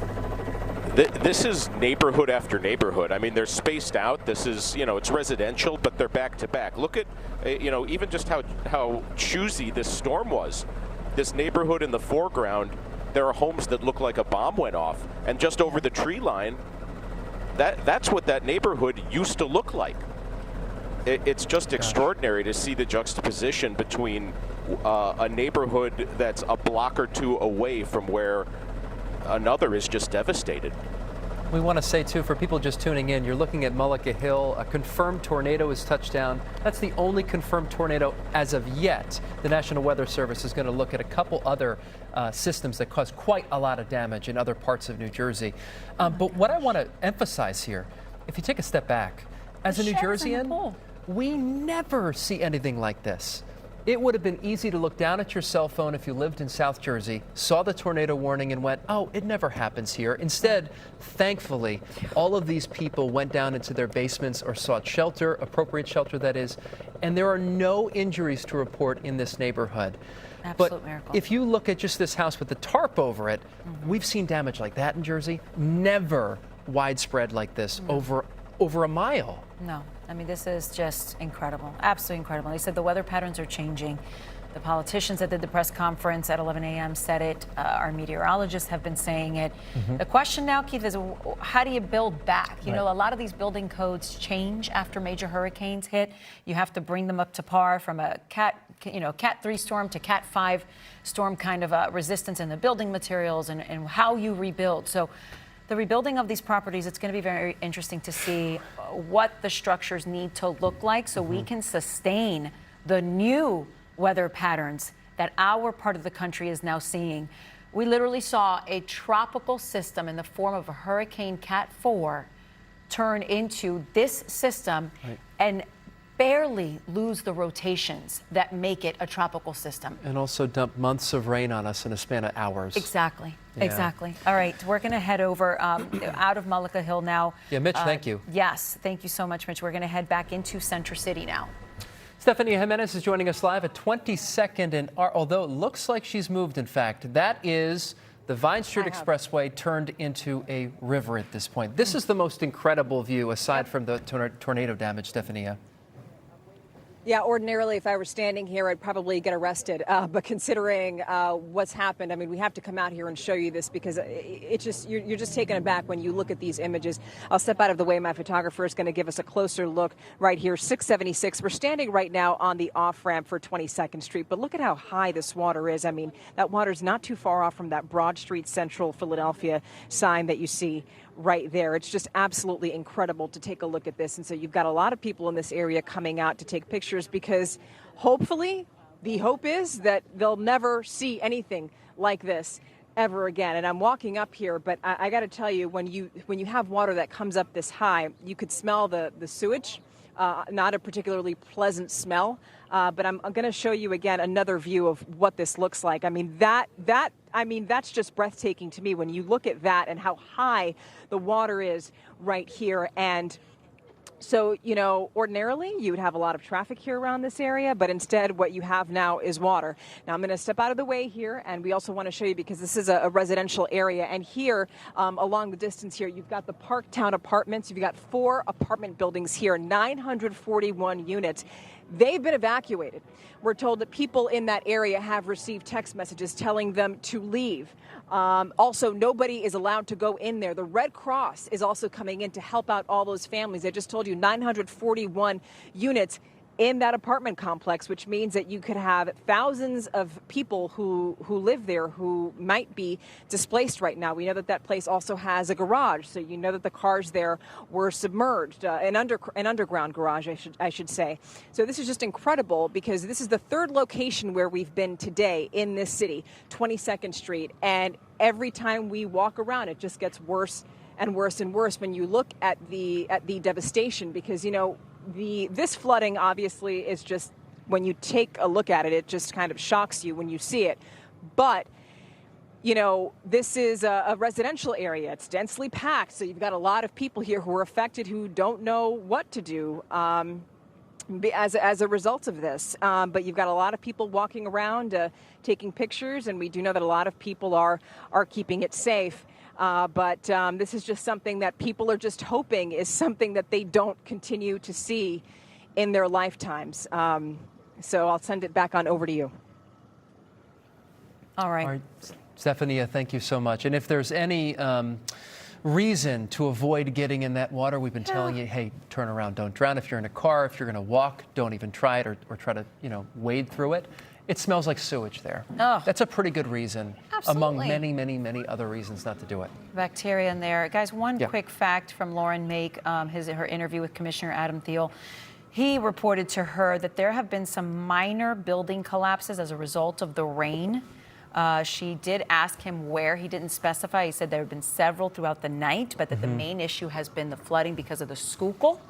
But we're seeing, I mean, yeah, right exactly, here. Right behind us. That has not receded, Keith. No, this is the Schuylkill River Trail right here. You see the ramp going on up to South Street Bridge, and this has not changed since, what, 5 a.m. this morning? That's right. That's when we started to see it rise. And for much more on that, we go to Michelle Grossman, a meteorologist who has been watching this first alert. Michelle, it's unbelievable what we're seeing. Put it into perspective for us when it comes to the cresting records that it's broken already today. Hi there, guys. I know. I feel like every time I look at that image, it just surprises me. And it's unbelievable. It's historic. We're going to be talking about it for years and years. We're going to be telling our kids about it. And our kids are going to be telling their kids about it because we are looking at record flooding. And we are looking at some spots 200% over what is, in terms of water on the ground that we're used to. So let's take a look at what fell yesterday, what happened, how this all came together, because it wasn't just one event yesterday, although that was enough to flood, but it was a combination of a few things. So what happened yesterday is we had 6 to 8 inches where you see the purple and also the pink, and even some spots 9 inches. But we also had 2 tropical systems that came through before, Henri and also Fred, that really set us up to be saturated, very saturated. We were record level July, August, and also some summertime rainfall. So we were already above average. You add this in, and that's where we're getting all these issues, all these flooding, the rivers, the creeks, the streams. The good news is, we mentioned this before, they have crested. But it's a lot of water, and it's going to take a long time to recede, as we're seeing in those pictures. Some are receding faster than others, some are not. So some may take until tomorrow night to see a clear roadway. Now, once this all recedes, what's going to be underneath? Is it going to be a roadway that's washed away? Is it going to be the foundation? You just talked about that building that, you know, maybe didn't have the integrity it did. So is it going to compromise the integrity of these buildings? So this story doesn't end today. Yesterday, the storm came through. We're talking about all the flooding today, but we're going to be talking about cleanup for days to come and all the money that's going to be spent on this. So as we're looking at the complications as we're headed out today, I know we're focusing on these flooding rivers, but if you look past that, we're looking at beautiful conditions, blue skies. You want to head out, lots of sunshine. It's been so hot and muggy for so long. But here's the thing, stay put at least for another day or two, especially on flooded roadways. Always turn around. You only need a foot of water to move any cars. And it's really dangerous.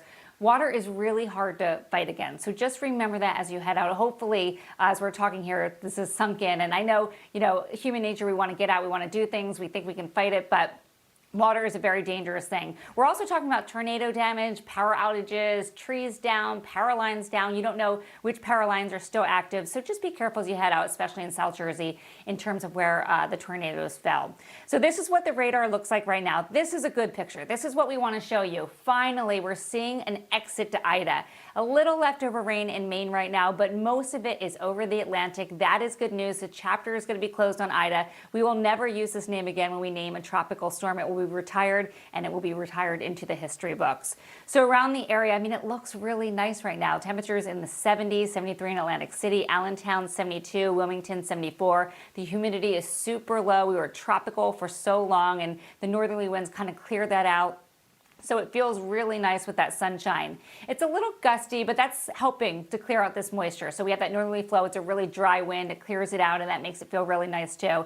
So by 4 o'clock 22, the problem is these aren't really huge wind gusts, but we have very wet land. We have trees that are compromised. They were compromised from Fred, Henri, and now Ida. So any sort of gust could bring a tree over. These aren't huge gusts. Usually it takes 30 to 40, but still we're really super compromised when it comes to that soil. We want to talk about the dew point too, because you will step out. When you step out the door, maybe you haven't yet, I haven't, but you will feel this low dew point. It feels so, so comfortable. We were stuck in like the muggy meter for so, so long, and now we're at 55 degrees, and that feels really good. Temperatures mainly in the 70s all across the board. Philadelphia 73. Notice all those beautiful sunshine icons. Delaware 74. So clean up if you can. If you feel like it's safe enough to go in your backyard, you can certainly do that. I was listening to a doctor recently who said, they're getting ER patients who really haven't worked with chainsaws lately. So be careful if you're working with trees, anything like that, because the hospitals are so full right now that any additional patients are causing a load for those doctors. But neighborhoods today, we're going to look at temperatures mainly in the 70s. Really beautiful for the early part of September. Lehigh Valley 73, 71 in the PA suburbs, South Jersey 73, and the Jersey Shore 77 degrees. I know it's one of the last weeks for the shore before everyone gets back to school and work. So today 77, we're still going to see those flooded roadways. Be careful today. By tomorrow night, we're certainly going to be a lot better, and much better by the weekend if you do want to travel back down to the shore. Friday 75, Saturday looking really good too, nice 79, and then by Sunday we have a little system that's going to bring a little more clouds, a little more humidity into the area, so you're going to feel that, and also a little bit of rain. So not a whole lot of rain, but certainly we don't need any rain at this point. We'll clear it out Monday, that's Labor Day, 83. And then we warm it up. Temperatures mainly in the 80s Tuesday and Wednesday. But look at the icons Thursday and Friday. We need this dry stretch. That's really good news. We do have a little bit of time to work with where we're going to have some dry weather. We can clean up, we can let these waters recede, and hopefully not get any more hurricanes out there, although there is Larry swirling in the Atlantic. So we're going to be keeping a close eye on that. Oh, my goodness. All right, Michelle, just a quick perspective question here. We know that we've broken the record on hurricane warnings. It used to be in the 36. 36, and then 51. We want to put this into perspective. Tornado warnings, Tornado warnings, right. Is this area historically a tornado hotspot, or is this now really is this changing climate for us? I think it would be irresponsible not to link it to climate change. There is a difference. I've lived here my entire life. I've never moved.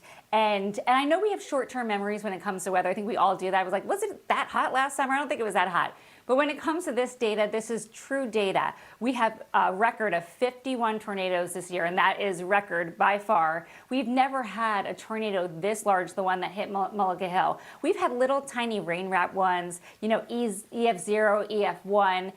But even those we've seen more numerous in the past year. We've never seen anything like what we saw last night. So what happens with climate change is you get more extreme weather. We have patterns that set up that never set up before. So we have blocking patterns. We have high pressure. I always think of it like a roadway.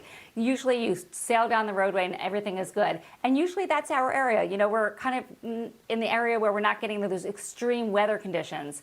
We're not getting that super cold air and that super warm air meeting. But because we have these blocking patterns that are setting up with this climate change, it's changing everything and it's making things get stuck. So I almost describe it like a sit and spin.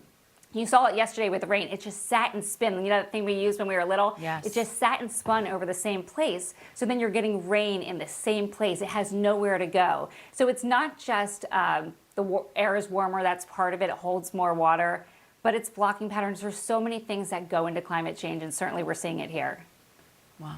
All right, Michelle, thank you so much for your knowledge and your historical knowledge of this area, too, which is so important on days like this. No question. Let's turn to your commute right now. NBC10 First Alert traffic reporter Katie Zachary has been looking at the roadways and the long backups. How does 76 eastbound look at this point? The Looks long stalled. growing backups. Yep. So 76 eastbound, still a parking lot out there, but they are making some progress because we are now, as they have been for the last little bit, we're filtering off at Spring Garden Street. So that's the good news. And if you look further down, you can see right here, there's no stop traffic on 76 beyond that. So this is because 76 east and westbound at Market Street is still closed because of the rising floodwaters. So it will be closed until that river water recedes. And when we last heard from the Philadelphia Fire Commissioner, his last interview, live interview, he was talking about this being a 10-hour to 11-hour event in terms of like the scope of things. So I also want to draw your attention to the Vine Street Expressway because that was the first major in our area to see unbelievable destruction, really, the rising water. So 76 east and westbound is closed from 23rd Street to where you get on the Schuylkill Expressway, and then if you're going in the opposite direction from where you get off the Schuylkill Expressway onto the Vine to 23rd Street. So beyond that, you can access local roads. And then we also have a Schuylkill Expressway closure outside of the city as you're going in the western suburbs. Eastbound in the eastbound direction between Route 1 to the Blue Route, that's closed. And then westbound between Route 23 and Conshohocken to Route 1, that is closed. So they anticipate that once the river water recedes and it is safe to get cars back on the highway, they will slowly start to reopen portions of the Schuylkill Expressway. We also have a way for you to get around all of these closures. You can take Lancaster Avenue, which is Route 30. You can also take Route 1. And then you can take 95. I've been watching 95, and you can see we're all in the green here. We've had a few slow spots, but that's just because of some typical volume in the morning. More traffic is going to 95, avoiding the Schuylkill Expressway. We've also had a few crashes, minor, but we haven't had flooding problems on 95. So if you want to take that to circumvent this city and get where you need to go, that's a good alternate. Moving up in the Fort Washington area, we know Upper Dublin, that area, Ambler got ravaged by this storm yesterday. A lot of damage on 309 in the southbound direction as in the northbound direction. So you just want to be aware of that. It's still out there, some closures on 309. Moving into New Jersey, 47, the Delsey Drive is closed between Broadway and Crescent Boulevard. And then mass transit, of course, I've been watching that throughout the morning. For our SEPTA riders, there are a lot of delays across the board. Certain trains and trolleys and buses are still operating, but add some extra time to your commute and double check the schedule because things are being canceled at a moment's notice. But I am seeing things are still operating, just maybe at a delay of up to 10 or 15 minutes. Amtrak, this is big. Service from Washington, D.C. to Boston, that is completely canceled for the remainder of the day. And I want to end on a good note. Lucy and Keith, if you are getting out of Dodge, if you have plans for Labor Day weekend to go up to the Poconos or to the shore, well, here is your really great commute. Everything's in the green if you're taking the Northeast Extension up to the Poconos, and then conversely, if you're headed to the shore, we're all in the green. Average speeds are where they should be. This is a welcome way to end, please, one of the multitude of traffic reports we've done where it's been just like kind of pile on of just, a lot to take in for the morning. Yeah, it's a lot to consume for everybody. A lot to consume, especially if people got up and thought, okay, I got through the worst of it last night. We're going to get on the road, get to work, get to school. That's right. And then everything changed. Yeah. So, Katie, thank you. Sure. All right, now to a heartbreaking scene in South Jersey. We've been touching on this over and over all morning long. An entire neighborhood, in fact, several neighborhoods, uprooted by a dangerous tornado. All the families who live there in Mullica Hill, they are okay, thank goodness, right? Yep. They begin the painful process of rebuilding, however, today. And our own Sydney Long, she was there last night, back at the scene in Mullica Hill. You were meeting these families, Sid, literally minutes after they had just discovered what happened to their home. I know you connected with a family out there who had a child the same age as your own child. I know you're emotional. You made us all emotional watching it. Oh, thank you, Lucy. We've heard a lot of that out here this morning, even from Congressman Norcross that was watching our coverage last night on NBC10. I have to say, Keith just said it is heartbreaking. It's both heartbreaking and heartwarming to see this community coming together today. So this is the home where we responded to last night. We're in the 400 block of Josephine here in Mullica Hill, and this home was the worst of at least 9 homes that were completely just ripped apart, just shattered and crumbled. It almost looks like an explosion. I heard Mitch talking in the chopper a few minutes ago that it really does look like a bomb went off in this neighborhood. We're also getting a feel for just how wide the path of this monster tornado was in this area. So you can look over here, John, excuse me just a second. If you look across the street, guys, the home right across the street, there was just a woman in the front living room, and some emergency responders have been sort of holding the hands of residents and allowing them to go inside and look to see can they grab some memories, can they grab anything, a material belonging. A lot of families out here just crying today. But as we come back over here, we met the family that's here, Ashley Thomas. They have 2 daughters. Her and her husband rushed to the basement. She's actually an expectant mom. We were with her as she was describing getting down to the basement and how they got out, and sharing a really emotional moment with us as well. Take a listen.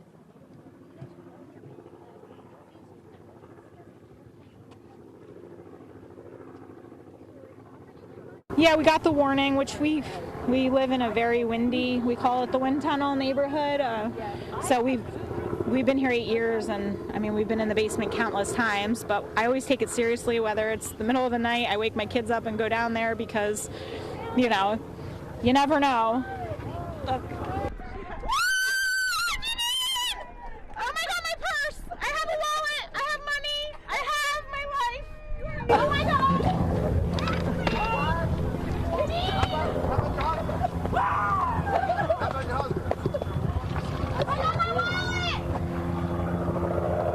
Oh my God! I'm sorry. Oh my God. I was like, I have to buy my family things, and I can't even buy them anything because I have nothing to buy them. Yes! You're still missing the med ball.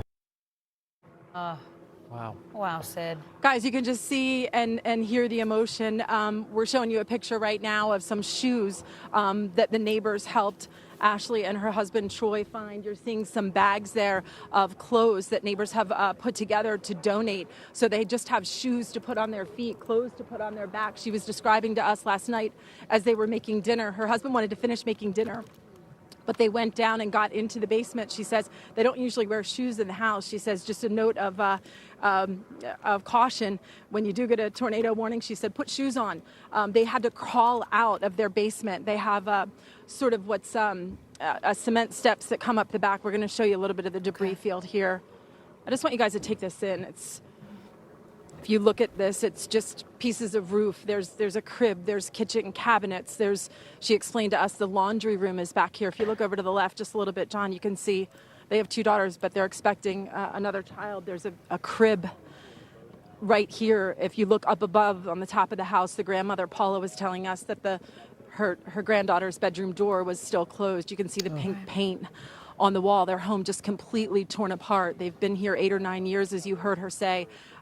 They always take every warning seriously, even if it's in the middle of the night. She wakes up her kids and they go down to the basement. But this is the damage that has occurred out here in Mullica Hill, guys. Just home after home. Governor Murphy here today. Also talking about making an emergency declaration with FEMA. I think when he was on our air earlier today, he missed a call with the president. So all of this is unfolding as these families come back together. They hug one another. They hug their neighbors. They're just finding little pieces of belongings, material things that might be meaningful to them. But really and truly, the fact that no lives were lost, that they got those warnings on their phone, that they went down to the basement excuse me, and were able to save their own lives. Heartwarming to know that everyone is okay. They're all coming together, and they do plan to be rebuilt, but it is going to take a very long time. Reporting in Mullica Hill, I'm Sydney Long, NBC10 News. Sydney, thank you for your work. It's just incredible to see that moment, witnessing her, just finding her purse. Something so simple that she needs to continue her life past this. Yeah, and Lucy, just to continue on that, she said, it's not about the money, but she had to go to the hospital last night. She's expecting. She thinks she broke a couple of toes. She wanted to thank the first responders for sort of holding her hand, plugging in her phone on the ride to the hospital, which, by the way, is about 10 or 15 minutes away. It took them 2 hours to get to the hospital, and the EMT didn't leave her side. But she said when she got there, she didn't have her wallet. She didn't have ID. She didn't have her health insurance card. So this was just about feeling like she had a little of something to walk away, the shoes that she can put on her girl's feet, and they have to figure it out from here. All right, Sydney Long, Mullica Hill, New Jersey. Thank you so much. And Keith, we were talking with Steve Sosna.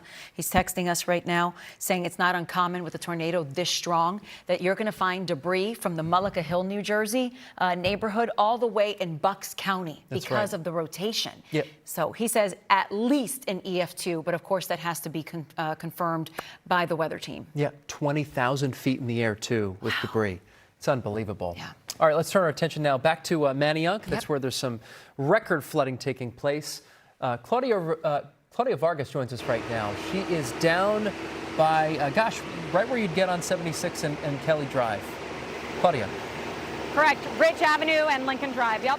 Yeah, so as I told you guys before, so Wissahickon Creek completely flooded this area, blew through the barrier, which I'm going to show you. This thing is not light. I tried picking it up, and you can tell it's heavy. So that barrier used to be on the other side, pushed it all the way to here, along with all the debris. And as you can see behind me, the crews are starting to clean up to try to get these roads back open over here. And if you can look on the other side, there's a whole pile of debris over there that they've already cleaned up. It's been messy here, but they're working to clean it up, open some of these roads. And we've spoken to some of the residents here who say they've never seen anything like it. And Manayunk is, of course, known for some flooding. Every time it rains, it tends to flood, but nobody's ever seen it this bad. One guy said he couldn't even go to work in the Northeast because they were essentially trapped in this area without getting access to any of the roads. So what you're seeing here now are crews trying to clean up, trying to clear these roads so that folks can start moving their cars through.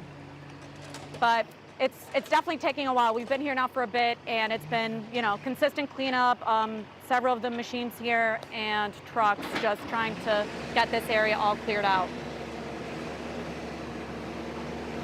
Hey, Claudia, thank you for that. You're not too far away from Randy either. About a mile or two, that's it. Right? Yeah. And it's just the difference of which side you're on, Yeah, whether we're on the the other story is side. about debris or whether it's about flooding. Yep, and then the flooding's going to leave some debris as well as cars that the water picked up and moved. We saw at least one that was there. And then the parking lot. We got to talk about that parking lot right along the Schuylkill River there. There were dozens of cars that are now just disabled. Yep, so we got to figure out what the total of that damage is going to be, not just in the vehicles, but the lives that are impacted by this. NBC10's Tracy Davidson, she's got new information right now for flooding victims. This info's trickling in right now. Hey, Tracy. It's vital.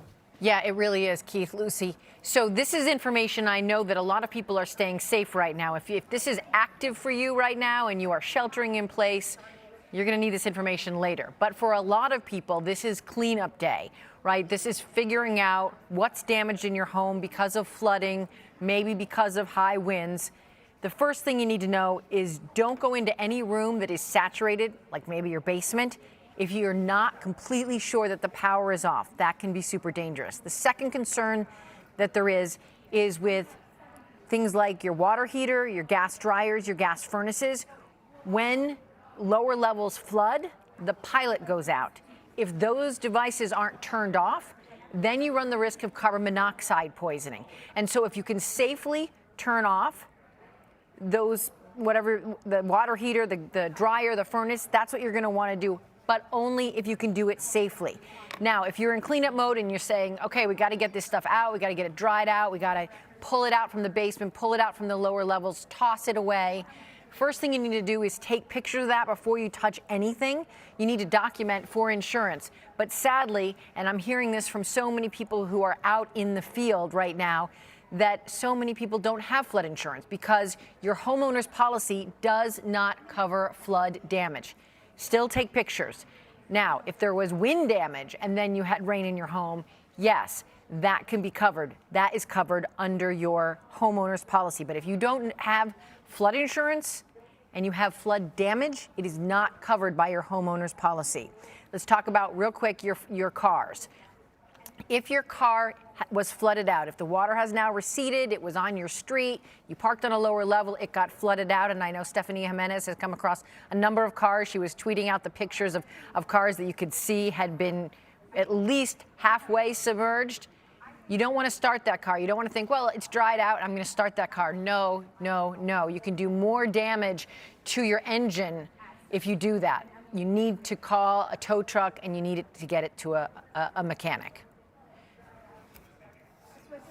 Lucy? Tracy, really good information Yeah. on that, especially, what you were saying about the flood insurance. That is so Yeah. important because now all those people, they're going to have to apply to the National Flood Insurance Program created by FEMA because they don't have that flood insurance. So now you're appealing to the federal government to try to help you out in that. And Luce, one more point on that. Yeah. People think when we say to these people, and it's so sad because people think, well, my insurance covers it. Well, if you just have a traditional homeowner's policy, your homeowner's policy does not. People think, well, if I don't live at the shore, if I don't live right near a river or a creek, I can't buy flood insurance, but you can. And we'll talk about that in the days ahead, especially with people who have been hit over and over again this summer who think, well, why would I do that? Why would I buy flood insurance? Well, now we're starting to see, especially as we continue to talk about how we've seen repeated tornadoes, repeated storms like this. Right.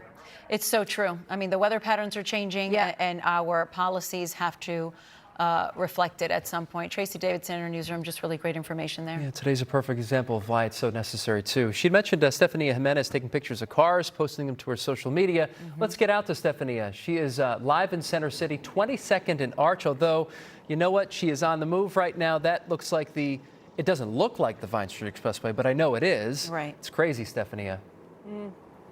No, yeah, you're right. It doesn't look like it at all, but this is something that I hope we don't have to get used to. So I moved locations from the last time. This is the 676. Yeah, we're on the on-ramp here to the 676 on the Vine here, but this is the on-ramp, so it's across the street from where I was right now. And look at this right here. It just, again, it takes your breath away when you look at these images and how high the water is. Look at that. You've got trees there in the background, and if my photographer here could pan over here to the right, you've got the sign there that's obviously submerged. And here's the thing. When you have flooding in pockets like this across the city, you think, okay, well, this is not a really big area, but a lot of people are affected because it's such a densely packed area. Ergo, you've got this apartment complex right here, the Parktown Apartments, 941 units here. Virtually every person here, every resident in here being told to evacuate right now. We might get some pictures here and see people with suitcases. They've been walking along this area for the past hour or so because they got the alert on their phone telling them to evacuate.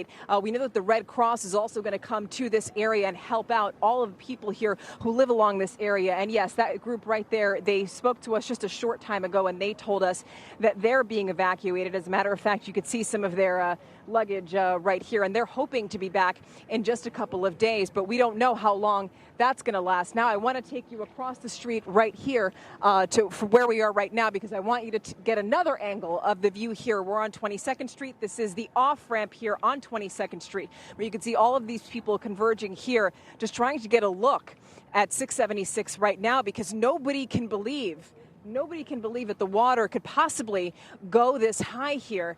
So people are coming out to take pictures, and they're just hoping that this water does, in fact, subside soon, because the other thing that I mentioned before that we have to mention is the smell. There's an odor here, and it's the sewage that people are smelling here. So you don't want to stick around here that long. And I'm just letting people know because there is that temptation, right? When you see us on TV that you think, oh, I want to go out there and see it for myself.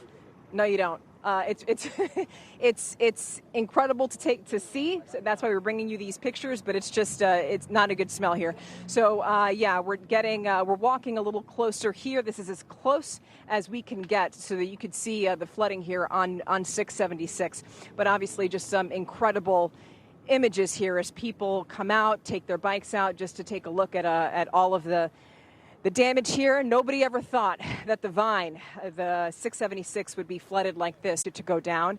And so this is one of the reasons why you have a lot of officials telling you that if you've got a stay-in-place order or anything like that across the city, stay where you are unless you're being told specifically to evacuate. It's just not safe.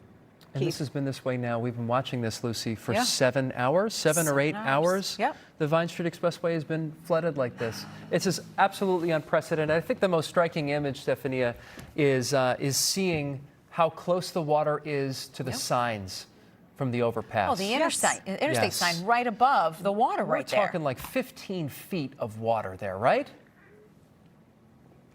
Yeah, you know what? I wouldn't have a ruler that big. I could go out and measure it, but I got it. But yes, the water is Something like definitely that. high. So that's why my photographer's walking over there right now so that you can get a little closer to the sign there. And that just gives you an idea of how high the water is here. And this is why I'm telling you that water has not receded since we've been here. As a matter of fact, we have seen it go up.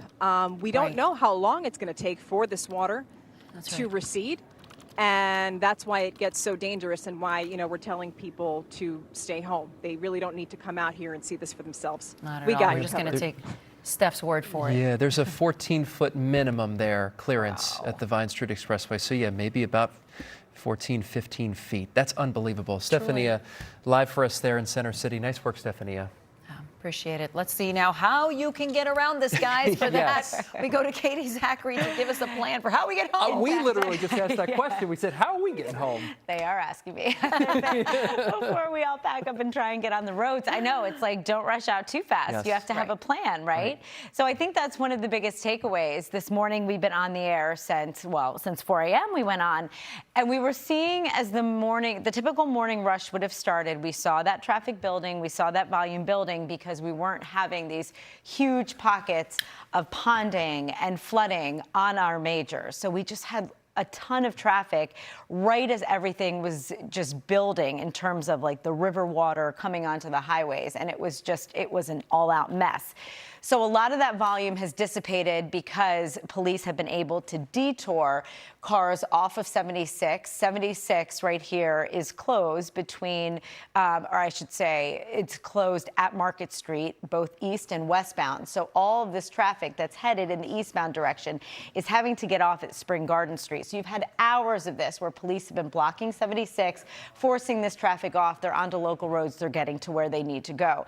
And after, people who haven't maybe left their house and driven to work or school, they've caught wind of this and said, maybe I should work from home, or maybe my child's school is delayed, which has been the case across the board. So let me give you another snapshot of what we have going on here. We just still have a ton of red across the board, and we're even seeing a lot of red on 476. Likely volume. We've had a few crashes pop up throughout the area just because on some of our other majors, there's been so much of that overflow volume as traffic has been forced off of 76, which goes along the Schuylkill River. It's the Schuylkill Expressway. So we've had, of course, that overflow from the Schuylkill River. So 76 closures, specifically what we're dealing with right now. If you're headed in the eastbound direction, the Schuylkill Expressway is closed between Route 1 and also the exit for City Avenue and the Blue Route, 476. If you're going westbound, you have a closure between Route 23, goes through Conshohocken, and Route 1, also City Avenue.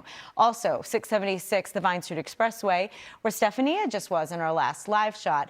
It's closed from 23rd Street to where you meet up with the Schuylkill Expressway, and then in the opposite direction, once you get off the Schuylkill Expressway to 23rd Street, right there, it's closed as well. So some more of the local roads like Broad Street, 8th Street, and the exit for the Ben Franklin Bridge. Those are open. You can access them locally. But, I just think, Lucy and Keith, it's worth reiterating that we talked to a PennDOT spokesperson not long ago. Right. He foresaw these closures in effect for hours, and then Philadelphia Fire Commissioner thought this was a 10, 11-hour process Absolutely. before we actually start seeing things come back to normal. All right, Katie. Thanks. Thank you. Got some brand new information, by the way, from President Biden, who gave an address. He said that he's spoken with the governor of New Jersey, Phil Murphy. He plans to speak with Governor Tom Wolf. And he said that the current FEMA administrator was the chief federal response officer in 2012 when we dealt with Superstorm Sandy. So, quote, she knows what to do. And we hope that she does for sure. Which is great. We literally witnessed him miss a call from President Yeah. Biden while he was live on television with us. So hopefully, as he's already said, the pockets have been opened for New Jersey's recovery, for Pennsylvania's recovery, and we're going to help you with what that looks like as our coverage continues, making sure that you're applying to all the right places and filling out your information, and of course, just staying safe while we wait for the Schuylkill River to recede. Yeah, and yet we haven't seen this recede just No. yet. We've been watching this. We've been on TV, for instance, since 4 a.m. Yes. Long time. We're a bit tired, but we have yet to see this recede at all. This is the Schuylkill River Trail by Center City. That's the South Street Bridge right there. We've seen what we thought was a person in it at one point, swimming. We advised against that, but we've seen an unprecedented storm over the last 24 hours that not only involved flash flooding like this on either side of the Schuylkill River, but also that destruction in Mullica Hill affecting several neighborhoods and many families, some of whom had to go to the hospital. Thank goodness, no reports of injuries as a report of that just yet. It is a blessing that people did not get hurt in that area, but we do know that others have been hurt in the flooding and other situations, and we're going to update the unfortunate death count in our area from that, and also the water rescues that continue in Montgomery County. Stick with NBC10 News. From Keith Jones and Lucy Bustamante here, thank you for being with us this morning. Today on Access Daily, Jennifer Coolidge is talking Legally Blonde. What is your favorite memory about shooting the first one? The free donuts at craft service. Then Scott struck gold with Simone Biles at the Olympics. Woo! Plus, how this glamorous cat is helping kids everywhere. We are so excited to be here, right? We're pretty excited to be here. Did that cat just give you that?